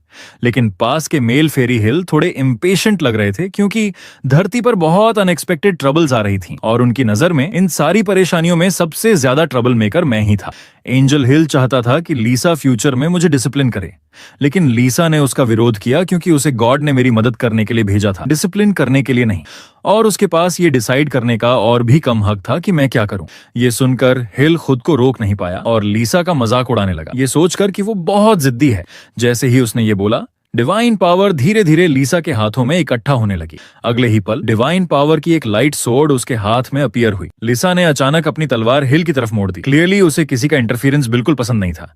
ये देखकर हिल को लगा कि लिसा और भी अनरीजनेबल हो रही है। बाकी 2 फेरीज ने भी लिसा का सपोर्ट कर दिया। उनका कहना था कि हिल को लिसा के मिशन में दखल देने का कोई हक नहीं है, इसके बजाय उसे अपनी रिस्पॉन्सिबिलिटीज पर ध्यान देना चाहिए। फिर भी साथी फेरीज होने के नाते उन्होंने लिसा को थोड़ा शांत करने की कोशिश की। सच कहें तो फेरीज हमेशा अपने आप को हाई बीइंग्स मानती थीं, लेकिन जब लड़ाई झगड़े की बारी आती थी तो वो भी आम लोगों जैसी ही लगती थीं। लीसा को ऐसे गुस्से में देखकर मुझे लगा कि शायद हम दोनों के बीच इतना बड़ा फर्क नहीं है जितना मैंने सोचा था। खैर, मैटर सेटल होने के बाद वो सब फिर से ट्रैप्स लगाने निकल पड़ी। हमेशा की तरह लिसा मेरे सिर पर कंफर्टेबली बैठी रही। जैसे ही हिल और बाकी फेरीज चली गईं, लिसा सॉफ्टली बोली, मुझे तुम्हें अपना ये दूसरा साइड नहीं दिखाना चाहिए था। मैंने उसे समझाया कि इसमें कोई प्रॉब्लम नहीं है। सच कहूं तो मुझे उसके डिफरेंट इमोशंस देखना अच्छा लगा, लेकिन लिसा को लगा कि मैं थोड़ा डम हूं, क्योंकि फेरीज ने तो बहुत पहले ही इंसानों के प्रति ये सारी फीलिंग्स कंट्रोल करना सीख लिया था। फिर भी हिल को देखकर मुझे डाउट हुआ। वो बिल्कुल भी ऐसा नहीं लग रहा था कि उसने अपनी इमोशंस को कंट्रोल कर लिया हो। यही रीजन लिसा ने भी रिवील किया। असल में हिल मुझसे जेलस था। मेरी स्किल्स और टैलेंट से वो इनसिक्योर फील कर रहा था और वो अपनी इनर इमोशंस दबा नहीं पा रहा था। ये सुनकर मैं थोड़ी देर के लिए स्टन्ड रह गया। तो क्या फेरीज की नजर में अब मैं नॉर्मल इंसान नहीं रहा? लेकिन फिर मैंने खुद को समझाया कि शायद लिसा थोड़ी ज्यादा ओवर एस्टिमेट कर रही है। फिर भी लिसा ने धीरे से कहा, तुम खुद को बहुत अंडर एस्टिमेट करते हो। वर्कशॉप में वापस आकर लिसा मुझे इस ट्रैप बनाने वाले मिशन को पूरा करने के लिए रिवॉर्ड देने वाली थी। रिवॉर्ड का नाम सुनते ही मैंने तुरंत उसे कहा कि मुझे सिर्फ प्रैक्टिकल चीजें चाहिए। लिसा ने मेरी शक्ल देखकर नफरत भरी नजर से देखा, क्योंकि जो रिवॉर्ड वो देने वाली थी वो मुझे बहुत शॉक करने वाला था। पृथ्वी पर डिवाइन पावर के उतरने की वजह से कई नई मेटल वेन्स वाले डंजन्स प्रकट हुए थे और वो मुझे उन डंजन्स के लोकेशन देने वाली थी। पहले कभी न मिली धातुओं के बारे में सुनकर मेरी तुरंत इंटरेस्ट जाग गई। सच में ये बेस्ट रिवॉर्ड था। थोड़ी ही देर बाद हम वर्कशॉप के बाहर आए। पहले की भीड़ के मुकाबले अब यहाँ बहुत सुनसान था। उसी समय लिसा ने मुझसे पूछा कि क्या मुझे अर्थ की 1000 साल की स्टिलनेस याद आ रही है। हालांकि सड़कें पहले जैसी ही थीं, लेकिन सिचुएशन अब बहुत अलग थी, क्योंकि पृथ्वी पर अब सिर्फ मैं ही नहीं था, बल्कि इम्प्रेस जैसे कई इंसान थे जो फाइट कर रहे थे। अब मैं अकेला नहीं था। मेरे एक्साइटेड फेस को देखकर लिसा भी मेरे लिए खुश थी। कुछ देर बाद लिसा मुझे एक जंगल में ले आई। आगे जो अजीब रास्ता था वही डंजन था जिसका उसने जिक्र किया था। ये जगह एज कंट्री से ज्यादा दूर नहीं थी और मैं पैदल ही अपने डेस्टिनेशन तक पहुंच गया। लेकिन जैसे ही मैं डायरेक्ट अंदर जाने लगा, ऊपर एक प्रोहिबिशन नोटिस दिखाई दिया। इस डंजन में मिनिमम लेवल 50 की लिमिट थी। ये देखकर मुझे लगा जैसे मेरे साथ मजाक किया गया हो। इस पर लिसा ने कहा, तुम मुझे किस तरह का छोटा इंसान समझते हो? ये सुनकर मैंने घर पर उसकी सारी कमियों की लिस्ट बना दी और लिसा शर्मिंदा और गुस्से में आ गई। लेकिन इस तरह का प्रोहिबिशन उन जैसे हायर बीइंग्स को रोक नहीं सकता था। लिसा ने हल्के से हाथ हिलाया और जो रास्ता अभी तक बंद था वो तुरंत मेरे लिए खुल गया। ये देखकर मैंने लिसा की तारीफ की कि वो मेरी सोच से ज्यादा यूजफुल है, लेकिन मेरी तारीफ उसके कानों को इंसल्ट जैसी लगी। अब मैं सक्सेसफुली रास्ते से अंदर आ चुका था। चारों तरफ देखने पर गुफा में कई रेयर मेटल ओर्स थे। फिर मैंने एक्साइट होकर लिसा से पूछा कि अब आगे क्या करना है। मैंने सोचा था लिसा के पास कुछ प्रॉपर इंस्ट्रक्शंस होंगे, लेकिन अनएक्सपेक्टेडली उसने मेरे लिए एक सेफ्टी हेलमेट निकाला। ऐसा लग रहा था जैसे लिसा मुझे मिजोर समझकर खुदाई करवाने आई हो। जैसे ही मैंने फावड़ा कंधे पर रखा और मारने की तैयारी की, की, लिसा ने तुरंत कहा कि असली मेटल बाहर का और नहीं है, असली मेटल तो स्टोन मॉन्स्टर्स के हार्ट्स हैं। लेकिन मुझे नहीं लगता था कि ये मॉन्स्टर जैसे दिखते हैं। मैंने सोचा था कि स्टोन मॉन्स्टर्स अचानक मुझ पर एम्बुश करेंगे, लेकिन लिसा ने कहा कि वो हिल भी नहीं सकते। ये सुनकर मुझे थोड़ी डिसअपॉइंटमेंट हुई, क्योंकि आने वाला टाइम बहुत बोरिंग होने वाला था। अच्छा हुआ कि फॉर्जिंग के टाइम पर मैंने नए टूल्स बनाए थे, जिनमें से एक था हैवी एक्स हैमर। इसे देखकर लिसा ने भी माना कि ये टूल और मॉन्स्टर्स से निपटने के लिए परफेक्ट है, लेकिन इस टूल में कई फ्लॉज थे। एक बार मुझे रेयर मेटल मिल गया तो शायद मैं इसे फेंक दूं। खुद को रेडी करने के बाद मैंने पूरी ताकत से एक्स हैमर घुमाया। अगले ही पल हार्ड मॉन्स्टर पत्थर के टुकड़ों में टूट गया। मुझे जिसकी उम्मीद नहीं थी वो ये था कि मुझे सिर्फ एक्सपीरियंस पॉइंट्स ही नहीं मिले, बल्कि मेरे क्रिटिकल स्ट्राइक स्किल का लेवल भी अप हो गया। सबसे शॉकिंग ये था कि मॉन्स्टर एक हिट भी नहीं झेल पाया। मॉन्स्टर के टूटने पर जो शाइनी मेटल ब्लॉक्स पीछे बचे वही उनके हार्ट्स थे, और यही इस जर्नी के जरूरी रेयर ऑर्स भी थे। नॉर्मली जब और मॉन्स्टर्स को खतरा महसूस होता है तो वो अपने मेटल हार्ट्स का यूज उस बॉडी पार्ट को स्ट्रॉन्ग करने में करते हैं जिस पर अटैक हो रहा हो। इसलिए दो लोगों का एक साथ ब्रेन लगाना सबसे इजी तरीका था। हालांकि क्योंकि ओपोनेंट सिर्फ सेकंड लेवल का मॉन्स्टर था, ये मेरे अटैक को बहुत मुश्किल से ही झेल पा रहा था। आगे के टाइम में मैंने लगातार मेटल हार्ट्स कलेक्ट करना शुरू कर दिया, और मिला एक्सपीरियंस मुझे लेवल 1 तक अपग्रेड कर गया। लेकिन पूरा दिन काम करने के बाद इस वक्त मैं बहुत बोर हो चुका था। इस डंजन में न कोई एडवेंचर था, न कोई रोमांच, कुछ भी नहीं। हम गुफा में और डीप गए, और जल्दी ही हमारा सामना तीसरे लेवल के एक ह्यूज मेटल मॉन्स्टर से हुआ। ये उन छोटे मॉन्स्टर से लगभग 20 लेवल ऊपर था जिन्हें मैंने पहले मारा था। तो नेचुरली इसकी डिफेंस इतनी इजी नहीं थी कि एक्स हैमर उसे ब्रेक कर सके। लेकिन इस तरह के हाई डिफेंस मॉन्स्टर से निपटने के लिए मेरा नया इन्वेंटेड स्लिंग शॉट गन काम आया। मैंने तुरंत गन को कंधे पर रखा और मेटल मॉन्स्टर के ऊपर जंप कर गया। जब शार्प टूथ बुलेट्स उसके शरीर से टकराई तो पूरी गुफा में क्रैकिंग साउंड गूंज उठी। अगले ही पल बड़ा मेटल मॉन्स्टर भी टुकड़ों में बदल गया। लेकिन उसी टाइम स्लिंग शॉट गन की कमजोरी सामने आ गई। चलाई गई बुलेट जमीन में गहराई तक धंस गईं और स्ट्रॉन्ग इंपैक्ट फोर्स के कारण टूट भी गईं। ये देखकर मैंने सोचा कि मैं यहाँ बुलेट्स वेस्ट नहीं कर सकता, वरना खत्म होने पर उन्हें रिफिल करना मुश्किल होगा। रिसाइकलिंग और रीयूज के बारे में सोचते हुए लिसा ने फिर भी मुझे पहले मेटल हार्ट्स कलेक्ट करने की सलाह दी। बड़े मेटल मॉन्स्टर्स द्वारा छोड़े गए हार्ट्स ज्यादा स्मूथ और यहाँ तक कि और हार्ड भी थे। लिसा ने कहा कि हालांकि ये सबसे हाई ग्रेड मेटल कोर नहीं था, लेकिन ये करंट अर्थ के लिए काफी था। इतनी रेयर मेटल्स मिलने से मेरी इंटरेस्ट तुरंत और बढ़ गई। लेकिन क्योंकि मैं स्लिंग शॉट गन को अब ज्यादा यूज नहीं कर सकता था, मुझे एक्सन हैमर घुमाना पड़ा और धीरे धीरे खुदाई करनी पड़ी। एक हफ्ते बाद गुफा के मेटल मॉन्स्टर्स लगभग पूरी तरह मेरे द्वारा क्लियर कर दिए गए थे। लेकिन अनफॉर्चुनेटली मैं किसी भी हाई लेवल मेटल किंग से नहीं टकराया। सारे मेटल हार्ट्स कलेक्ट करने के बाद लिसा और मैं ड्यूनियन से बाहर आ गए। लेकिन जैसे ही हम बाहर निकले, सामने के नजारे ने मुझे हैरान कर दिया। पता चला कि जो एंजल्स अंडरग्राउंड सिटी बनाने का काम पूरा कर चुके थे वो वापस आ गए थे, और उनके साथ गुड न्यूज भी आई थी। अंडरग्राउंड सिटी के ऑपरेशन से अर्थ फिर से नॉर्मल हो चुकी थी और सक्सेसफुली अपग्रेड भी पूरा हो गया था। मॉन्स्टर्स भी धीरे धीरे गायब हो रहे थे और अब सिविलाइजेशन का रिवाइवल शुरू हो गया था। कई लोग इन्फॉर्मेशन मिलते ही दूसरी दुनिया से वापस लौट आए थे। हेवंस ने यह भी डिसाइड किया कि अब दूसरी दुनियाओं के मिशन रिवॉर्ड्स पर रिस्ट्रिक्शन लगाए जाएंगे ताकि ह्यूमंस वहां परमानेंट न रुक सकें। इसलिए जब हम अभी अभी लौटे थे, सड़कों पर फिर से वही हस्टल बस्टल वापस आ गया था। ड्यूनन से लौटने के बाद मैं फिर से इक्विपमेंट बनाने में लग गया। मेरे सामने का आर्मर, जिसे स्पेशल मेडल और मेरी टेक्निक्स से एनहांस किया गया था, अब लेजेंडरी लेवल तक पहुंच चुका था। इसमें पावरफुल पैसिव इफेक्ट्स भी आ गए थे। ये देखकर मैं एक्साइटेड हुए बिना नहीं रह पाया। इसका मतलब था कि जब भी मैं आर्मर पहनकर इनविजिबिलिटी मोड में स्पीयर अटैक करता तो मुझे प्लस 50% अटैक पावर का बोनस मिलता। इसके अलावा इस इक्विपमेंट को फोर्ज करने के बाद मेरा ब्लैक स्मिथ प्रोफेशन भी मिथिकल लेवल तक अपग्रेड हो गया। आगे अब वेपन्स की बारी थी और ये समय था स्पीयर को छोड़ने का। मैंने तुरंत उसे पुराने आर्मर के साथ इटर्नल फ्लेम में फेंक दिया। उसी समय सिस्टम ने नोटिफाई किया कि इटर्नल फ्लेम ने अपना अपग्रेड पूरा कर लिया है। इटर्नल फ्लेम बहुत हैप्पी भी लग रही थी, लेकिन पूरे दिन बिजी रहने के बाद मैं काफी एग्जॉस्टेड था।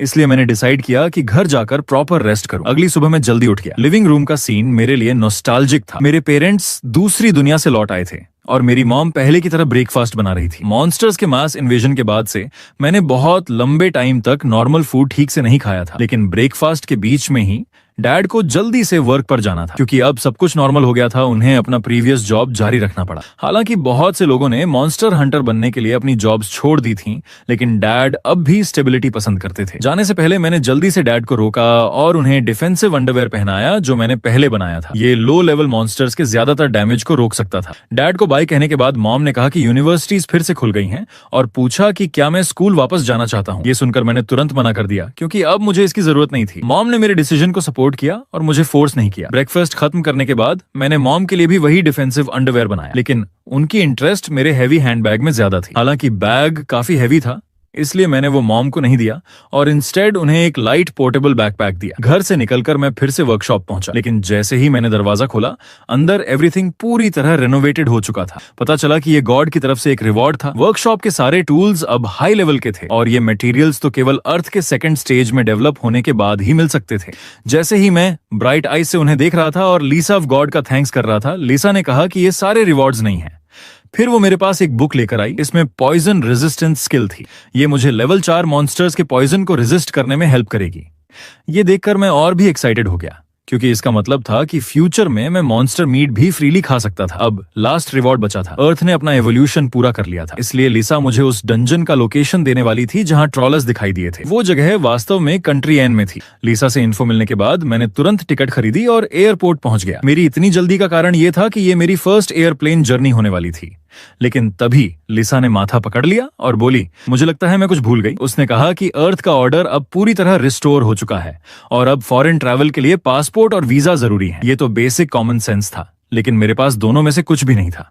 ये सुनकर मैं शॉक्ड हुआ, फिर धीरे से बोला कि मेरे पास एक और तरीका है, इनविजिबिलिटी इफेक्ट यूज करके चुपचाप पार करना। जैसे ही मैंने सोचा कि एयरपोर्ट में कोई भी मुझे डिटेक्ट नहीं कर पाएगा, मैं खुशी खुशी प्लेन में सवार हो गया। सीट पर बैठने तक मुझे क्लियर हो गया कि मॉडर्न सर्वेलेंस इनविजिबिलिटी स्किल को डिटेक्ट नहीं कर सकती। मेरे बगल में बैठी यंग वुमन कुछ ड्रिंक्स पुश कर रही थी। मैंने बेशर्मी से एक बोतल उठा ली। इससे वो शॉक रह गई, समझ ही नहीं पाई कि हुआ क्या। फ्लाइट के दौरान मैंने बाहर फाइटर जेट्स उड़ते देखे। प्लेन पर जारी न्यू गाइड के अनुसार ये हवाई मॉन्स्टर क्राइसिस से निपटने के लिए था, इसलिए पूरी फ्लाइट की सुरक्षा केपेबल इंडिविजुअल्स वाले फाइटर जेट्स कर रहे थे। अब मुझे समझ आया कि एयर टिकट्स इतने महंगे क्यों थे। ट्रोल डंजन वाले लास्ट सिटी तक पहुंचने के लिए मुझे एक सिटी में ट्रांसफर करना था। मैं धीरे धीरे सोने के लिए लेट गया। मन ही मन सोचता रहा कि ये सफर बहुत आसान लग रहा है, लेकिन जैसे ही मैं एक सिटी पहुंचा, एक्सीडेंट हो ही गया। अचानक मॉन्स्टर अटैक ने लिसा और मुझे दोनों को साइलेंस कर दिया, लेकिन मैं ऐसा इंसान नहीं था जो खतरे से डरे। मैंने तुरंत मास्क पहना और एक्शन के लिए रेडी हो गया। लिसा ने कहा कि ये कोई ऑर्डिनरी मॉन्स्टर का हमला नहीं है, बल्कि हाई चांस है कि डिस्ट्रक्शन ट्रैप्स में प्रॉब्लम हुई है। हालांकि बहुत ज्यादा नंबर में मॉन्स्टर्स उसमें शामिल थे, लेकिन जो बचे हुए थे या एवोल्यूशन के बाद नए निकले थे, वो म्यूटेटेड हो गए थे और पहले से कहीं ज्यादा पावरफुल थे। सिचुएशन को देखते हुए लिसा ने कहा कि ये मॉन्स्टर्स डिस्ट्रक्शन ट्रैप की ऑरा अब्सॉर्ब कर सकते हैं, जिससे बाहरी माहौल भी बदल जाता है। दूसरे शब्दों में, हालांकि ऑर्डिनरी मॉन्स्टर्स डंजन के अंदर फंसे हुए थे, लेकिन डंजन से बाहर निकलने वाले मॉन्स्टर्स बाहरी दुनिया को भी डंजन में बदल सकते थे। ये ओवरफ्लो फिनोमेनन था जो वर्ल्ड के डेवलपमेंट या डंजन के पैदा होने के शुरुआती समय में सबसे ज्यादा होने की संभावना थी। लिसा ने मुझे जल्दी से मॉन्स्टर्स खत्म करने के लिए कहा, क्योंकि ये बदले हुए मॉन्स्टर्स दूसरे डंजन्स के साथ तालमेल बैठा सकते थे। अगर आज किसी भी मॉन्स्टर को भागने दिया तो दूसरी जगह भी ओवरफ्लो जरूर होगा। उसकी बातें सुनकर मैं हिल गया। अर्थ की स्थिति अब बहुत खतरे में थी। इससे मैं गुस्से में भी आ गया। उन्होंने साफ कहा था कि मैं यहाँ रिवॉर्ड लेने आया हूँ, लेकिन एंड में फिर से मुझे ही गड़बड़ साफ करना पड़ रहा था। बेबस होकर लिसा ने कहा, हमें ओवरफ्लो को रोकना ही होगा, और फिर उसने मुझे स्टेटस रिलेटेड स्किल्स वाले रिवॉर्ड्स के साथ एक नया मिशन दे दिया। ये सुनते ही मैंने खुशी से तुरंत मिशन एक्सेप्ट कर लिया। लेकिन उसी टाइम अचानक चारों तरफ से एक बहुत बड़ा सैंडस्टॉर्म उठ गया। कुछ केपेबल इंडिविजुअल्स पीछे से आ रहे मॉन्स्टर्स का मुकाबला ही नहीं कर पा रहे थे। ये देखकर सिक्योरिटी गार्ड्स ने गन्स का इस्तेमाल करने की कोशिश की, लेकिन उनका अटैक उन मॉन्स्टर्स पर मामूली खरोंच भी नहीं छोड़ पाया। इन बदले हुए मॉन्स्टर्स को फ्लेम लिजर्ड्स कहा जाता था और शॉकिंगली वो सिंपल वर्ड्स भी बोल सकते थे। लिसा ने मुझे सावधान रहने के लिए कहा। ये सेकंड लेवल म्यूटेटेड मॉन्स्टर्स थे जिनके पास स्पेशल एबिलिटीज यूज करने की पावर थी। इस पर मैंने उसे अपना करंट आर्मर और स्पीयर दिखाया। अब ऐसे मॉन्स्टर्स मेरे अटैक को कैसे रोक सकते थे? पुराने स्पीयर को इटर्नल फ्लेम में टेम्पर करने के बाद और हाई ग्रेड मेटल हार्ट्स के साथ कंबाइन करके वो स्पीयर अब unique great death black spear बन चुका था। इसमें न सिर्फ 2400 अटैक पावर थी, बल्कि एक स्पेशल इफेक्ट भी था। क्रिटिकल हिट प्रोबेबिलिटी और डैमेज 30% तक बूस्ट हो चुका था। सिर्फ एक वार में ही मेरे सामने खड़ा लेवल 62 का फ्लेम लिजर्ड सीधा वहीं गिर पड़ा। डेथ ब्लैक स्पीयर का फील इतना परफेक्ट था कि मुझे ये वेपन और पसंद आने लगा। हालांकि लीसा ने चेक करने के बाद बताया कि इस लिजर्ड में कोई मैजिक स्टोन नहीं था और इसे बाद में बुचर किया जा सकता था। लेकिन अभी की इस फाइट की वजह से मैं भी सभी लोगों की नजर में आ चुका था। ठीक उसी टाइम एक और फ्लेम लिजर्ड पीछे से चुपचाप मेरे पास आ गया। उसके माउथ से निकली फ्लेम्स लगभग तुरंत मुंह तक पहुंच गई। मेरी स्पीड से इस तरह के मॉन्स्टर का मैच ही नहीं था, लेकिन क्योंकि लिजर्ड की अटैक रेंज बहुत चौड़ी थी, मुझे उसे पहले बाहर खींच कर ले जाना पड़ा। मैंने अचानक टर्न लिया और डिसाइड किया कि इस अटैक को मैं डायरेक्टली सामने से ही लूंगा। अगले ही पल एक बहुत बड़े फायरबॉल ने मुझे आउटर साइड की तरफ धकेल दिया। उस मैसिव एरिया डैमेज से चारों तरफ अनगिनत फ्लेम्स और घना धुआं फैल गया, लेकिन मेरी थिंकिंग सही थी। अपग्रेडेड आर्मर पर एक भी स्क्रैच नहीं आया, यहाँ तक कि डायरेक्ट हिट लेने के बाद भी। जैसे ही मैं पूरी ताकत से काउंटर अटैक करने वाला था, मैंने सामने किसी को लिजर्ड्स के साथ फाइट करते देखा। पता चला कि मौजूद कैपेबल इंडिविजुअल्स अब लोगों को ऑर्गेनाइज कर रहे थे ताकि सब मिलकर इन लिजर्ड्स को रोक सके। चूंकि मुझे बाहर खदेड़ दिया गया था, इनविजिबिलिटी इफेक्ट फिर से एक्टिवेट हो गया। अब फ्लेम लिजर्ड और कैपेबल लोगों के बीच की लड़ाई पूरी तरह से शुरू हो गई थी, लेकिन म्यूटेटेड मॉन्स्टर्स पहले से कहीं ज्यादा पावरफुल थे। जिन कैपेबल लोगों की स्ट्रेंथ कम थी, वे क्लियरली उनका मुकाबला नहीं कर पा रहे थे। जैसे कुछ लोग इंजर्ड होने वाले थे, आर्मर से ढका एक आदमी टाइमली हमला ब्लॉक करने आया, लेकिन फाइट बहुत केओटिक थी और पीछे से अचानक एक फायरबॉल ने उसे बचने का टाइम ही नहीं दिया। क्रिटिकल मोमेंट में मैंने तेजी से नीचे कूदकर फायरबॉल को अपने बॉडी से टकराने दिया। जैसे ही आर्मर्ड मैन थैंक्स कहने वाला था, मैं पहले ही इंस्टेंटली छलांग लगा चुका था। फिर मैंने उस लिजर्ड को एक स्पीयर थ्रस्ट से बांध दिया, जिसने अभी अभी फायरबॉल फायर किया था। लेकिन मरने से पहले भी वो मेरे आकाशिक रिकॉर्ड्स को पाने की इच्छा करता रहा, यानी स्टेटस विंडो, जिसमें हमारे स्ट्रॉन्ग बनने की प्रोसेस रिकॉर्ड थी और हर कैपेबल इंसान के लिए पावर का मेन सोर्स भी था। इस पर मैंने कोल्डली कहा, बल्कि तुम्हें मुझे अपने रिकॉर्ड सौंपने चाहिए। फ्लेम लिजर्ड को मारने के बाद मुझे 4,20,000 एक्सपीरियंस पॉइंट्स भी मिले। हालांकि अब कई लिजर्ड्स ने मुझे नोटिस कर लिया था और वो सभी अपने एवोल्यूशन को पूरा करने के लिए मुझे निगलना चाहते थे। ये पागल क्रीचर्स मुझे कुछ हैरान कर गए। क्या ये ओवरफ्लो की वजह से भी था, जिससे मॉन्स्टर्स सिर्फ रिकॉर्ड्स प्राप्त करने और इवोल्यूशन पर फोकस कर रहे थे? इस टाइम आर्मर्ड आदमी जल्दी से मेरे पास आकर थैंक्स बोलने आया। एक औरत की वॉइस सुनकर मैंने एक कूल पोज बनाया और उसे फ्यूचर में लड़ते समय अपनी पीठ का ध्यान रखने के लिए कहा।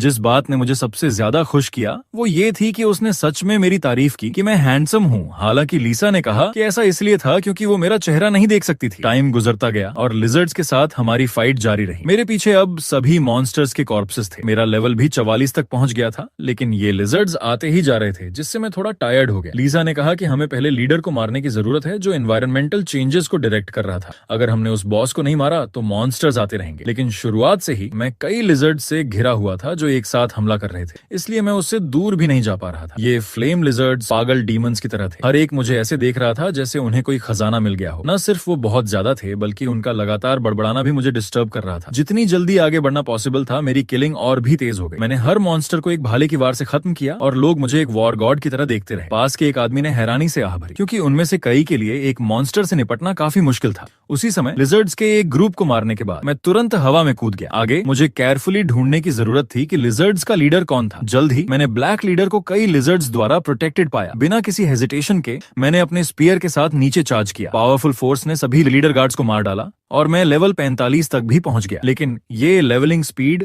अभी भी लीसा को लगता था कि बहुत स्लो थी। ठीक उसी वक्त एक बड़ा स्टोन पिलर अचानक मेरी ओर टूट कर आया। सौभाग्य से पास के आदमी ने तुरंत मुझे रिमाइंड किया और ये भी बताया कि स्टोन पिलर एक्सप्लोड होगा। जिस बात ने मुझे हैरान किया वो ये था कि ये आदमी मेरी ही भाषा बोलता था। उसके एक्सप्लोजन का जिक्र सुनकर मैं बिल्कुल भी परेशान नहीं हुआ। मैं मुड़ा और फ्लेम लिजर्ड की गर्दन पकड़कर उसे जोर से बाहर फेंक दिया। जैसे ही उस आदमी ने कहा, स्टोन पिलर सच में छूने पर एक्सप्लोड हो गया। इस वायलेंट तरीके ने उस आदमी के कंपेनियन को बहुत इंटरेस्टिंग लगा। फिर कई बिल्डिंग के टुकड़े मेरी ओर हमला करने लगे। ये सारे अटैक्स सभी अभी के लीडर से आ रहे थे। टुकड़ों से मैं आसानी से बच गया तो लिजर्ड लीडर ने अपने पैर से जोर से अटैक किया। अगले ही पल अर्थ स्पाइक्स तेजी से फैल गए। वो चाहता था कि मैं बैलेंस खो दूं, लेकिन ये साफ तौर पर नामुमकिन था, क्योंकि अनइवन अर्थ स्पाइक्स पर खड़े होने के बावजूद भी मैं अपना हमला पूरा कर सकता था। हालांकि ये अर्थ स्पाइक्स भी एक्सप्लोजन्स पैदा करते थे। सीन देखकर कई लोगों ने सोचा कि मैंने गड़बड़ कर दी है। उनकी बातें सुनकर मैंने तुरंत उन्हें चुप रहने बोला, क्योंकि मैं पहले से ही इसकी तैयारी कर चुका था। अब मैंने काफी खेल लिया था और सब कुछ खत्म करने का समय आ गया था। आगे मेरे नए हथियार की बारी थी। मेटल हार्ट्स द्वारा एनहांस्ड स्लिंगशॉट गन एक यूनिक ग्रेड बर्जरकर इंपैक्ट कोन बन गई थी। इसकी 4 सेटिंग्स थीं, जिनमें हाईएस्ट 4500 अटैक पॉइंट्स ऐड कर सकता था। इंप्रूव्ड होने के बाद इसके कई नुकसान कम हो गए थे। जैसे ही इंपैक्ट ने कोन लीडर को छुआ, मैंने तुरंत पावर को लेवल 4 पर बदल दिया। ये स्ट्राइक बहुत ज्यादा पावरफुल था। लिजर्ड लीडर की कठोर चमड़ी वाला कवच इस टेरिफाइंग पेनिट्रेटिंग पावर पावर को सहन नहीं कर पाया। इसके अलावा इस वार ने एक क्रिटिकल हिट भी दी और लिजर्ड लीडर तुरंत ही बीटन हो गया जब तक उसका पूरा शरीर खून से लथपथ नहीं हो गया। क्रिटिकल हिट से आई क्राइसिस को महसूस करते हुए बाकी फ्लेम लिजर्ड्स बचाव के लिए आना चाहती थीं, लेकिन उन्हें बाकी केपेबल लोगों ने रोक दिया। हालांकि वो लोग सिर्फ कुछ सेकंड तक ही उन्हें रोक पाए। जब मॉन्स्टर्स ने हमला जारी रखना चाहा तो उनका सामना एक चौड़ी और भारी तलवार से हुआ।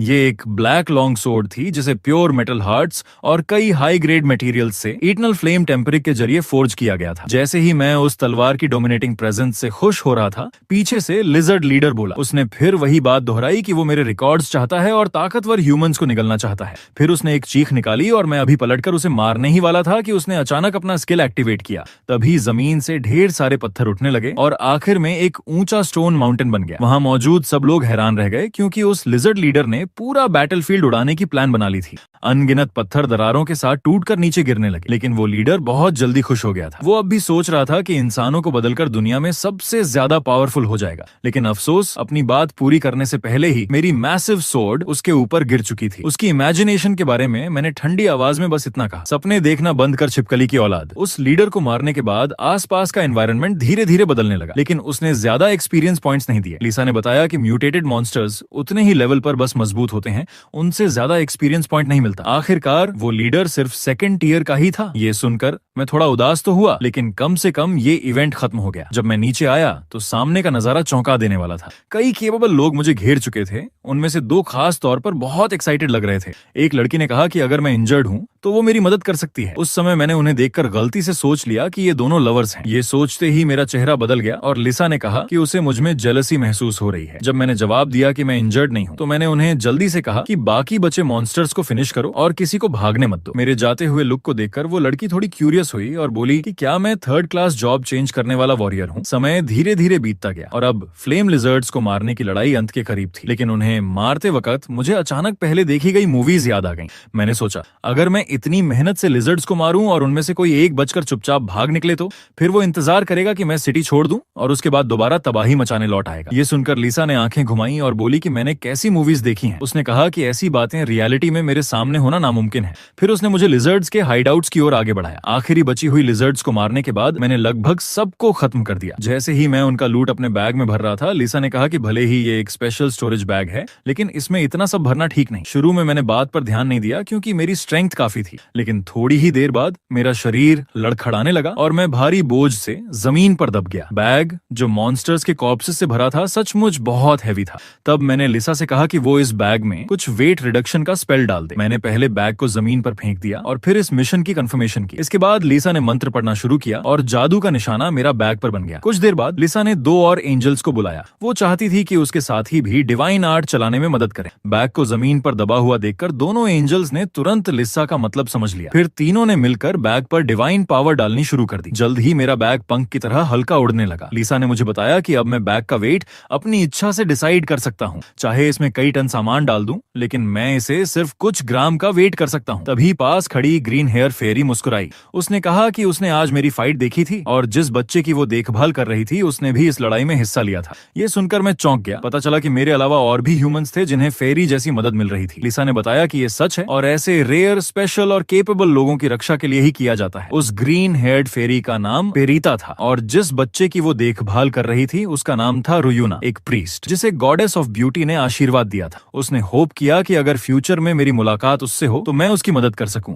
लेकिन लिसा ने कहा कि उसके सामने अपनी पावर्स रिवील मत करना। पेरीटा थोड़ी शॉक्ड रह गई क्योंकि ये पहली बार था जब उसने लिसा को किसी ऑर्डिनरी ह्यूमन की परवाह करते देखा। क्या ये अफेक्शन की वजह से हो सकता है? उसकी साथी के वर्ड्स ने लिसा को तुरंत शर्मिंदा और गुस्सा कर दिया। फिर लिसा ने जल्दी से उन्हें यहाँ से जाने के लिए कह दिया। जाने से पहले पेरीटा ने मुझसे रुयूना का ख्याल रखने को कहा। उनके जाने के बाद लिसा ने मुझसे पूछा कि क्या मैं उसे और क्लोजली जानना चाहता हूँ, लेकिन एक ऐसे इंसान के रूप में जिसे सोशल एंग्जाइटी है, मेरे लिए किसी के पास जाकर खुद से बात करना पॉसिबल ही नहीं था। इसके बाद लिसा ने मुझे वो स्किल दिया जो उसने पहले से प्रॉमिस किया था। ये ऐसा स्किल था जिसके लिए डिवाइन पावर की जरूरत नहीं थी और इसका नाम था डिमोनिक स्ट्रेंथ। ये मुझे मॉन्स्टर आर्ट जैसा लगा। लिसा ने कहा कि ऐसा इसलिए है क्योंकि मैंने लगभग सारे ह्यूमन स्किल्स पहले ही सीख लिए थे। लिजर्ड्स को खत्म करने के बाद मैं यहाँ से जाने के लिए प्लेन पर चढ़ गया। मुझे उम्मीद नहीं थी कि वो दोनों भी उसी फ्लाइट में होंगी। वो मेरा फॉर्म नहीं देख पा रही थी और बोली, पेरीता ने साफ कहा था कि वो आदमी भी इस फ्लाइट पर होगा और नेचुरली मैंने इनविजिबिलिटी का यूज करके चुपचाप पीछे रहकर उनकी बातें सुनना शुरू कर दिया। लेकिन किसी रीजन से जब मेरी उनसे मुलाकात हुई, मुझे एक बुरी अनहोनी का एहसास हुआ। एंड सिटी पहुंचने के बाद मैंने तुरंत उस डंजन का पता लगाया जहां ट्रोल्स मौजूद थे और एंट्री की तैयारी की। लेकिन सामने का डंजन थोड़ा अजीब लग रहा था। आने से पहले लीसा ने सुना था कि ये बस एक नॉर्मल ट्रोल डंजन है, लेकिन जांच के बाद लीसा ने तुरंत समझ लिया कि क्या हुआ था। असल में ये दो डंजन्स का एक रेयर फ्यूजन था, इसी वजह से इसका गेट इतना बड़ा हो गया था। उसने मुझे बहुत सावधान रहने की वार्निंग दी क्योंकि इस डंजन में ट्रोल्स के अलावा और भी मॉन्स्टर्स हो सकते थे। लीसा की बात सुनकर मैं थोड़ा कंफ्यूज था। तब उसने साफ कहा कि आगे के डंजन में 2 बॉसेस होंगे जिनसे निपटना होगा। अंदर जाने पर यह डंजन एक रेयर पहाड़ी इलाका निकला और जल्द ही मैंने एक ट्रोल देखा, लेकिन ये वैसा नहीं था जैसा मैंने इमेजिन किया था। वो ट्रोल अचानक उबासी लेते ही सीधे सो गया। ये देखकर मैं स्टंट रह गया। उसे लेटने और सोने में सिर्फ कुछ सेकंड्स लगे। लीसा ने कहा, अधिकतर ट्रोल्स के पास रेस्टिंग स्किल होती है, इसलिए वो रेस्ट डेवलपमेंट के लिए जरूरी रिसोर्स बनते हैं। मैंने मन ही मन कहा, मुझे तो ऐसे स्टूपिड मॉन्स्टर्स बहुत पसंद हैं। धीरे धीरे पास जाकर मैंने तुरंत ट्रोल की लाइफ खत्म कर दी। जरूरी मटेरियल्स कलेक्ट करने के बाद मैं ये कहे बिना नहीं रह सका कि ये कितना इजी था। लीसा ने कहा कि ऐसा इसलिए था क्योंकि मैं बहुत ज्यादा पावरफुल था। अब प्रोग्रेशन पूरा करने के लिए मुझे अभी भी 500 ट्रोल्स की जरूरत थी, इसलिए मैं खुशी खुशी हंटिंग जर्नी पर निकल पड़ा। लेकिन तभी डंजन के गेट पर और लोग नजर आए। नए आने वाले थे रुयूना और किंग हाजिन, और उनके साथ फेरी पेरिटा भी थी। किंग हाजिन की बातों से मुझे पता चला कि वो लोग स्कॉर्पियन पॉइजन खोजने आए थे, जबकि रुयून बहुत एक्साइटेड लग रही थी। पेरिटा ने दोनों को इस डंजन में केयरफुल रहने की वार्निंग दी, लेकिन उनके अंदर जाते ही डंजन का गेट साइलेंटली रेड हो गया। समय गुजरते हुए कई दिन रातों में बदल गए। उस समय मैं कैंप में ट्रोल का मीट रोस्ट कर रहा था, क्योंकि मैंने पहले पॉइजन रेजिस्टेंस स्किल सीख ली थी। अब मैं मॉन्स्टर मीट को भी खाने लायक बना सकता था। लीसा मेरे इस तरीके पर हेल्पलेस थी, क्योंकि मॉन्स्टर मीट खुद पॉइजनस होता है, लेकिन मुझे सच में उसका टेस्ट पसंद था। अफसोस लीसा ने ट्रोल केबाब खाने से मना कर दिया। एक सींग भुना हुआ मीट खाने के बाद मेरी पॉइजन रेजिस्टेंस स्किल का लेवल भी बढ़ गया। लीसा ने कहा कि इसका मतलब ये भी है कि मैं जो खा रहा हूँ वो बहुत पॉइजनस है, लेकिन मैंने मजे से खाना कंटिन्यू किया और परवाह नहीं की। कुछ देर बाद आखिरकार मैं फुल हो गया। खाना टेस्टी था क्योंकि मैंने कुकिंग स्किल भी सीख ली थी और उसे जल्दी अपग्रेड करने के लिए मॉन्स्टर्स का यूज कर सकता था। आराम करते हुए मैंने लीसा से पूछा, आज 5वां दिन हो गया है, लेकिन ट्रोल्स के अलावा मैंने और कोई मॉन्स्टर नहीं देखा। यहाँ तक कि जब मैंने आग जलाई और खाना पकाया तब भी कोई मॉन्स्टर नहीं आया। लीसा का अंदाजा था कि क्योंकि मैंने फॉग स्पीयरमैन बनने के लिए क्लास चेंज किया था, मेरी इनविजिबिलिटी स्किल भी और स्ट्रांग हो गई थी। शायद आग की रोशनी और खुशबू भी छिप गई थी, इसलिए मॉन्स्टर्स मुझे डिटेक्ट नहीं कर पाए। आगे के समय में मैंने डंजन में ट्रोल्स को ढूंढकर मारना जारी रखा। इस दौरान मैं कुछ पावरफुल ट्रोल्स से भी टकराया, लेकिन अब मैं उनके मीट से कुछ बोर्ड हो चुका था। हालांकि ये बात लीसा ने मेरे मन की सोच पढ़कर कह दी। मैं टायर्ड था, लेकिन स्किल्स अपग्रेड करने के लिए मुझे लगातार मटेरियल्स कलेक्ट करने ही थे। दर्जनों ट्रोल्स को मारने के बाद अचानक सिस्टम विंडो ने एक नोटिफिकेशन भेजा। बिना सेकंड प्रोफेशन के मैं लेवल 50 से ऊपर नहीं जा सकता था। तभी मुझे एहसास हुआ कि इन दिनों मॉन्स्टर्स को मारते मारते मेरा लेवल वहीं का वहीं रह गया था। तभी आकाशिक रिकॉर्ड्स ने मेरी कॉम्बैट हिस्ट्री के बेस्ड पर मेरे लिए 4 दूसरे प्रोफेशंस चुने। उसके बाद टीचर लीसा की छोटी सी क्लास सामने आई, फॉग स्पीयर मास्टर। ये मेरे मौजूदा प्रोफेशन का नेक्स्ट स्टेज था। इसमें आर्ट्स और एट्रीब्यूट हर तरफ से बहुत बढ़ जाते, लेकिन मैं इस प्रोफेशन को आगे चुनना नहीं चाहता था, क्योंकि अगर मैंने इसे और एनहांस किया तो शायद मेरी माँ भी मुझे ढूंढ नहीं पाएगी। दूसरा था ड्यूअल स्पेशलिस्ट। ये एक क्लोज कॉम्बैट प्रोफेशन था। इसमें वॉरियर हथियार फेंक सकता था और बॉडी को भी हथियार की तरह इस्तेमाल कर सकता था। तीसरा था बर्जकर। ये तो मेरे लिए और भी अनएक्सेप्टेबल था। ये ऐसा प्रोफेशन था जो डेथ तक लड़ेगा और बैटल फील्ड कभी नहीं छोड़ेगा जब तक ओपोनेंट मर न जाए।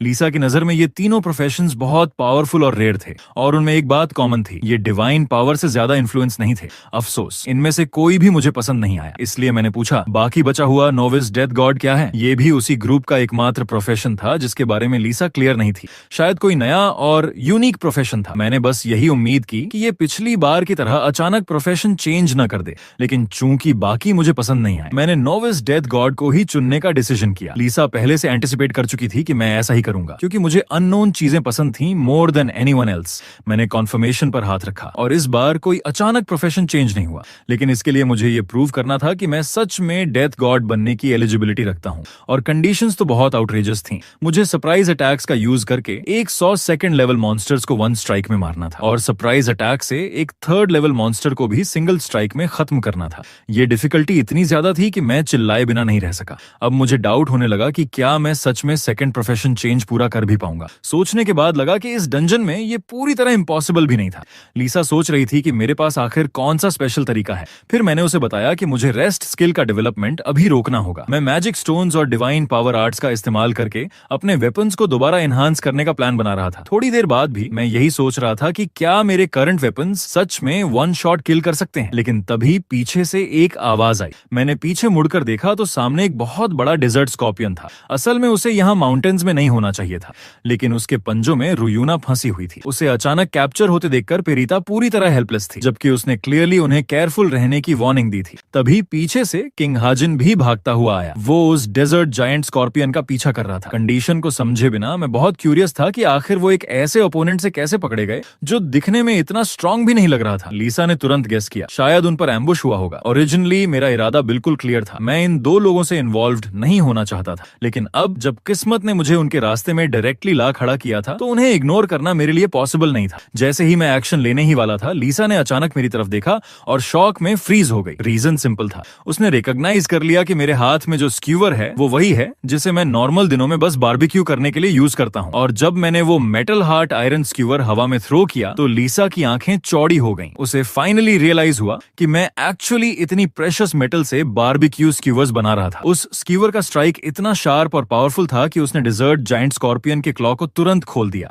मैंने इंस्टेंटली मूव किया और रूना को पकड़ लिया, लेकिन अगले ही पल बिना हेजिटेशन के मैंने उसे बाहर की ओर फेंक दिया ताकि वो सेफ रहे। उसी समय किंग हाजिन, जिसने अभी तक रिएक्ट भी नहीं किया था, एक जोरदार अटैक से सीधे नॉक डाउन हो गया। मैंने तुरंत अपना बैकपैक खोला और एक और आयरन स्क्यूवर निकाला। फिर बिना टाइम वेस्ट किए मैं फुल स्पीड से डेजर्ट जायंट स्कॉर्पियन की तरफ चार्ज कर गया। उसके क्लोज पहुंचते ही मैंने स्क्यूवर को अपनी पूरी ताकत से थ्रो किया। अगले ही पल वो स्क्यूवर डेजर्ट जायंट स्कॉर्पियन के बॉडी को सीधे आर पार कर गया। बिना किसी रेजिस्टेंस के वो जायंट इंस्टेंटली गिर पड़ा। रीजन सिंपल था, इस बार मैंने क्रिटिकल हिट लैंड किया था। मेरी क्रिटिकल हिट स्किल लेवल 9 तक पहुंच चुकी थी और उसी की वजह से ये इंस्टेंट किल पॉसिबल हुआ। सिस्टम विंडो की डिंग साउंड सुनते ही मुझे पता चला कि ये स्कॉर्पियन एक्चुअली बहुत हाई लेवल का था। लीसा ने कामली समझाया, इसका लेवल इतना हाई इसलिए था क्योंकि इसका मेन अटैक पॉइजन है, बाकी एस्पेक्ट्स में ये कंपैरेटिवली वीक होता है। मैं पहले से ही ट्रोल मीट खाकर बोर्ड हो चुका था, इसलिए जब मैंने स्कॉर्पियन का बड़ा सा कॉर्प्स देखा तो मेरे दिमाग में फर्स्ट थॉट आया, इसे भी क्यों ना बारबेक्यू कर लिया जाए। दूसरी ओर रूना सेफ थी, लेकिन थोड़ी हिली हुई लग रही थी। वहीं किंग हाजिन अब भी बेहोश पड़ा था। जैसे ही रूना ने मेरी तरफ देखा, उसने रियलाइज किया कि उसे बचाने वाला मैं हूँ, लेकिन उसके लिप्स से निकला पहला शब्द था द डार्क नाइट ऑफ दो सिटी। मैं इस सडन नए टाइटल पर थोड़ी देर के लिए फ्रीज सा हो गया और रिएक्ट करने में स्लो पड़ गया। रूना ने क्विकली अपना डिवाइस निकाला और मुझे ऑनलाइन चल रहे पोस्ट्स दिखाए, जहां लोग मेरे बारे में अफवाहें और डिस्कशंस कर रहे थे। इतने में किंग हाजिन भी जाग गया और दोनों मेरी रेपुटेशन को लेकर आपस में बातें करने लगे। लीसा तुरंत गुस्सा हो गई, जिससे मुझे क्यूरियोसिटी हुई कि शायद उसका भी कभी ऑनलाइन रूमर से सामना हुआ होगा। उनकी बातें मैं ज्यादा ध्यान से नहीं सुन रहा था, क्योंकि मेरा फोकस अब स्कॉर्पियन को प्रोसेस करने पर था। जब उन्होंने मुझे पूरी बचरिंग प्रोसेस स्टेप बाय स्टेप करते देखा तो वो दोनों मेरी स्किल्स देखकर इम्प्रेस्ड हुए बिना नहीं रह सके। शाम होते होते कैंप में पॉट में सिजलिंग ऑयली रोस्टेड मीट तैयार था। रूना और किंग हाजिन, जो एक दिन से भूखे थे, उस डिलिशियस मीट को देखकर उनकी आंखें चमक उठी। हेल्पलेसली मैंने कहा, ठीक है, तुम्हारे पोर्शंस भी प्रिपेयर कर देता हूँ, लेकिन ध्यान रहे ये मीट पॉइजनस है। मेरी बात सुनते ही रूना ने तुरंत अपना हाथ उठाया और कॉन्फिडेंटली बोली, तुम वो मुझ पर छोड़ दो, क्योंकि वो ब्यूटी की गॉडेस द्वारा ब्लेस्ड थी। उसने बस अपना हाथ बढ़ाया और डिवाइन पावर कास्ट कर दी। कुछ ही पलों में मॉन्स्टर मीट का टॉक्सिन भाप की तरह डिसिपेट हो गया। अब ये प्यूरिफाइड मीट और भी ज्यादा डिलिशियस लग रहा था। इस सीन को देखते हुए मेरे दिल में बस एक ही थॉट आया, ये बहुत अनफेयर है। वो ऑलरेडी इतनी ब्यूटीफुल थी और ऊपर से उसके पास ऐसे एक्सेलेंट एबिलिटीज भी थी। लिसा ने भी खुलकर एक्सप्रेस किया कि रूना सच में ब्यूटी की गॉडेस द्वारा ब्लेस्ड थी। उसकी पवित्र शक्ति देखकर वो खुद भी सरप्राइज्ड रह गई। यही थी मेरी उनके साथ खाने की पूरी जर्नी। पेट भरने के बाद रूना और किंग हाजिन दोनों ने सिंसियरली मेरा थैंक्स किया, लेकिन जब उन्होंने देखा कि मैं साइलेंटली अकेले आयरन स्क्यूवर्स क्लीन कर रहा हूं, तो रूना ने तुरंत मुझे अपनी टीम में ज्वाइन करने के लिए इनवाइट कर दिया। लेकिन जैसे ही उसने ये कहा, मैंने तुरंत उसे मना कर दिया। उसके फेस पर थोड़ी शॉक और कंफ्यूजन साफ झलक रही थी। सच कहूं तो वो बहुत खूबसूरत थी और उसके लिए किसी का इस तरह सीधे मना कर देना बहुत अजीब बात थी। किंग हाजिन ने काल्म टोन में कहा वो डिजर्व करती थी। उनकी ये कॉन्वर्सेशन सुनकर मैं थोड़ी देर के लिए सरप्राइज्ड रह गया। मुझे लगा था ये दोनों कपल होंगे, लेकिन वो बिल्कुल भी वैसे नहीं लग रहे थे। जाते जाते किंग हाजिन मेरे पास आया और मुझे एक बिजनेस कार्ड दिया। वो बहुत ग्रेटफुल था कि मैंने रूना को बचाया और उसने कहा कि बाहर निकलने के बाद मुझे उससे कांटेक्ट करना चाहिए ताकि वो मुझे पेमेंट दे सके। जब मैंने कार्ड को देखा तो तुरंत रियलाइज हुआ कि ये वही था जो पहले एम्प्रेस ने मुझे दिया था। क्या ये लोग भी उसी ऑर्गेनाइजेशन से बिलोंग करते थे? रूना ने भी अपना कार्ड मुझे दिया और वो ये एक्सप्लेन करने ही वाली थी कि वो यहाँ क्यों आई है, लेकिन इससे पहले कि वो कुछ बोले, किंग हाजिन ने उसे क्विकली रोक दिया। अब मैं ऑलमोस्ट श्योर था था कि रूना, किंग हाजिन और एम्प्रेस तीनों एक ही ऑर्गेनाइजेशन से जुड़े थे। वो दोनों अभी ज्यादा दूर भी नहीं गए थे कि मैंने पूरे विश्वास के साथ कहा, मैं इन्हें इस डंजन में फिर से जरूर मिलूंगा। लिसा ने हैरानी से पूछा, तुम इतना श्योर कैसे हो सकते हो? मैंने डार्क टोन में जवाब दिया, क्योंकि मैं इनका पीछा करने वाला हूँ, वरना वो सारे स्कॉर्पियन सिर्फ मुझ पर ही क्यों हमला करते। सड़क पर चलते हुए रूना ने किंग हाजिन से थोड़ी शिकायत भरे अंदाज में कहा, अगर हमने उससे कॉन्वर्सेशन कंटिन्यू की होती तो शायद वो हमारी हेल्प कर देता। अगर हमने सिंपली उसे बता दिया होता कि हमें सिर्फ स्कॉर्पियन पॉइजन चाहिए और कुछ नहीं, तो वो शायद मान भी जाता। किंग हाजिन ने हेल्पलेस एक्सप्रेशन के साथ कहा, लेकिन अगर उसे खुद वही स्कॉर्पियन पॉइजन चाहिए होता तो? उनका ये रीजन इंफॉर्मेशन रिस्ट्रिक्शंस के अंदर आता था, इसलिए वो ज्यादा रिवील नहीं करना चाहते थे। लेकिन उन्हें ये नहीं पता था कि मैं पहले से ही उनकी हर बात सुन रहा था, क्योंकि मैं उन्हें चुपचाप फॉलो कर रहा था। ऑल द वे उनका पीछा करते करते मुझे फाइनली समझ आया कि उनका एक्चुअल मिशन डेजर्ट स्कॉर्पियंस को कैप्चर करना था। लेकिन लिसा ने हमेशा कहा था कि ये डंजन ओरिजिनली ट्रोल्स का था। ये सुनकर लिसा थोड़ी एम्बेरेस्ड हो गई। शायद उसे खुद भी पूरा पता नहीं था और वो हमेशा यही सोचती रही कि यहाँ सिर्फ ट्रोल्स ही होते हैं। ये इनकंसिस्टेंसी मेरे लिए और भी शक पैदा कर रही थी। मुझे लग रहा था कि इस डंजन में और भी बहुत कुछ छिपा हुआ है। लेकिन तभी लिसा ने जल्दी से मुझे चुप करा दिया। जहां तक पीछे अचानक अपीयर हुए जायंट स्कॉर्पियन की बात है, मैंने आराम से बातें करते करते ही उसे मार डाला। लेकिन एक चीज ने मुझे कंफ्यूज किया, अगर रूना के पास गार्डियन एंजल था तो फिर वो अभी अभी एम्बुश कैसे हो गई? लिसा ने काल्मली समझाया, एंगल की पावर पृथ्वी पर रिस्ट्रिक्टेड है। गार्डियन एंगल्स ह्यूमन लाइफ और डेथ में ज्यादा इंटरफियर नहीं कर सकते। ये सुनकर मैंने छेड़ते हुए लिसा से कहा, तो फिर तुम भी बेकार हो, है ना? इस बात पर वो तुरंत गुस्से में आ गई, क्योंकि उसने अब तक मेरी बहुत मदद की थी। काफी देर सर्च करने के बाद भी रूना और किंग हाजिन अपना टारगेट नहीं ढूंढ पाए। असल में वो डेजर्ट स्कॉर्पियंस के बीच एक स्पेशल किंग की तलाश कर रहे थे, द जेंटल डेथ हंटर। मैंने काल्मली आगे इशारा करते हुए पूछा, वो डेथ हंटर है ना? नाम से ही बहुत पावरफुल लग रहा है। लिसा भी मेरी बात सुनकर चौंक गई। उसी समय किंग हाजिन और रूना के पीछे से एक बहुत बड़ा स्कॉर्पियन अचानक अपीयर हुआ। किंग हाजिन डर के मारे पीछे हट गया, जबकि रूना ने आह भरते हुए कहा, ये सच में बहुत बड़ा है। इस पॉइंट पर किंग हाजिन ने जल्दी से अपना इक्विपमेंट निकाला और रूना से एनर्जी सपोर्ट मांगा। रूना ने इंस्टेंटली ब्लेसिंग मैजिक एक्टिवेट कर दी। अब किंग हाजिन को फुल एट्रीब्यूट एनहांसमेंट मिल चुका था। उसने बिना देर किए जायंट डेथ हंटर की तरफ चार्ज कर दिया। होली नाइट और हीलर का ये कॉम्बिनेशन देखने में स्ट्रॉन्ग लग रहा था। ओरिजिनली लिसा ने भी यही सोचा कि उन्हें हमारी हेल्प की जरूरत नहीं पड़ेगी, लेकिन हालात अचानक बदल गए। रूना के पीछे से एक और पावरफुल ट्रोल अपीयर हो गया। उसके भारी कदमों की आवाज सुनकर रूना ने पीछे मुड़कर देखा और सदमे में जम गई। वो जानती थी कि दोनों मॉन्स्टर्स का सामना एक साथ करना पॉसिबल नहीं था, इसलिए उसने तुरंत किंग हाजिन को भाग निकलने की याद दिलाई। लेकिन जैसे ही ट्रोल ने उनका पीछा किया, मेरे लिए ये परफेक्ट सरप्राइज अटैक का मौका था। मैंने अपनी जस्ट इंप्रूव्ड इम्पैक्ट कोन टेक्निक का इस्तेमाल किया। इसकी किलिंग पावर पहले से बहुत ज्यादा बढ़ चुकी थी। अटैक परफेक्टली लैंडेड हुआ और ट्रोल का दिल सीधे पियर्स्ड हो गया। उसके गिरने से जमीन हिल उठी। किंग हाजिन ऑलरेडी मेरी इस ट्रेमेंडस पावर से डर चुका था। जैसे ही मैं ट्रोल पर लैंड हुआ, मैंने कंफर्म किया कि इम्पैक्ट कोन में एक बड़ा ड्रॉबैक है। एक बार इस्तेमाल के बाद ये टूट गया। लिसा ने एक्सप्लेन किया कि ये इसलिए हुआ क्योंकि मैंने इसकी ड्यूरेबिलिटी को पूरी तरह नजरअंदाज कर दिया था। असल में करंट इम्पैक्ट कोन मेरे द्वारा मॉडिफाई किया गया था। इसमें सिर्फ एक लेवल 5 डैमेज सेटिंग थी और ड्यूरेबिलिटी सिर्फ 1 पॉइंट की थी। लेकिन अगर मैं ऐसा नहीं करता तो एक स्ट्राइक में 3rd लेवल मॉन्स्टर को किल करना इम्पॉसिबल होता और मेरा सेकंड प्रोफेशन मिशन कंप्लीट नहीं हो पाता। ट्रोल का खतरा खत्म करने के बाद मैंने आराम से रूना और किंग हाजिन से गुड बाय कहा। स्कॉर्पियन को मारने में उनकी हेल्प करने का मेरा कोई इंटेंशन नहीं था। लेकिन ये सुनकर किंग हाजिन ने डेथ हंटर के साथ आई कांटेक्ट किया। अब उसे फाइनली रियलाइज हुआ कि वो अभी भी स्कॉर्पियन के साथ बैटल में था।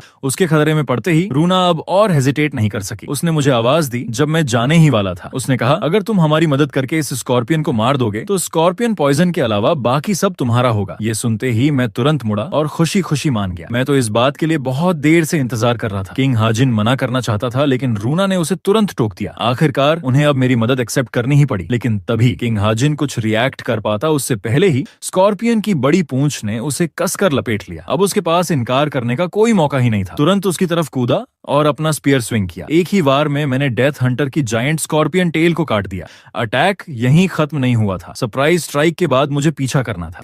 एनहांस्ड स्पीयर ने जोरदार वार किया और स्कॉर्पियन का हार्ड शेल भी टूट गया। किंग हाजिन अभी भी मेरी ताकत से स्टन्ड था। पास में खड़ी रूना ने जल्दी से उसे रियलिटी में वापस खींचा और कहा, जल्दी करो, उसके साथ मिलकर अटैक करो। किंग हाजिन होश में आया, डिवाइन पावर एक्टिवेट की और अपना परस्यूट स्किल लॉन्च कर दिया। लिसा ने एक्सप्लेन किया कि यह स्किल प्रीवियस अटैक पर डिपेंड करता है और नेक्स्ट नेक्स्ट अटैक का डैमेज मल्टीप्लाई कर देता है।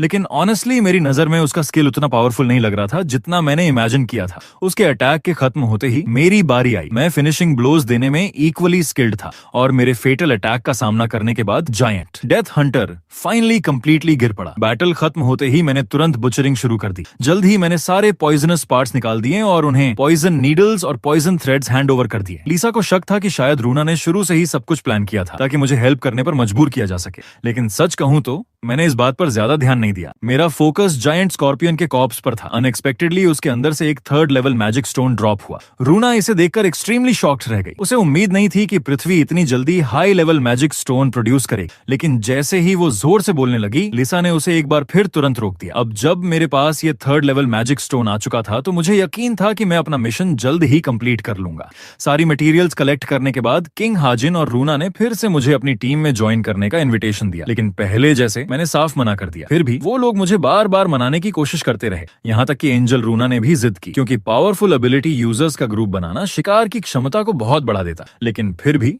मैं अब भी अकेला ही रहना चाहता था। आखिरकार बचपन से ही मेरी प्रेजेंस हमेशा वीक रही थी और मैं अकेले रह रहकर एडिक्टेड हो चुका था। ये देखकर लिसा ने मेरी ओर से पोलाइटली मना कर दिया और उन्हें जाने के लिए कहा। जाते जाते किंग हाजिन और रूना ने कहा कि एक बार मैं अपने देश लौटूं तो उनसे कांटेक्ट जरूर करूं। लेकिन मेरे दिल में इनर थॉट था, बेटर होगा अगर हम फिर कभी ना मिले। अब सिर्फ मैं और लिसा ही बचे थे और अब वो समय आ चुका था जब मुझे वो करना था जिसकी मुझे सबसे ज्यादा जरूरत थी। रेस्ट स्किल के एवोल्यूशन के लिए जरूरी सभी मटेरियल्स मेरे पास ऑलरेडी मौजूद थे। अब मैं बेसब्री से इंतजार कर रहा था ये देखने के लिए कि एवोल्यूशन के बाद रेस्ट स्किल में क्या चेंजेस आएंगे। और इसी सीन के साथ ये एपिसोड खत्म होता है। भाई आज मैं बहुत खुश हूँ। आप लोगों की वजह से मुझे एक नई नवेली गर्लफ्रेंड मिल चुकी है और मैं 9 दिन से उसके साथ हनीमून पर गया था। ओह सॉरी, मैं उसके साथ घूमने गया हुआ था, इसलिए वीडियो नहीं आ पाया। अब भाई अगर इस वीडियो पर 1000 हाइप पूरे होते हैं तो अगला वीडियो मैं पूरे 2 घंटे का लाऊंगा, वो भी अगले 3 से 4 दिन के अंदर।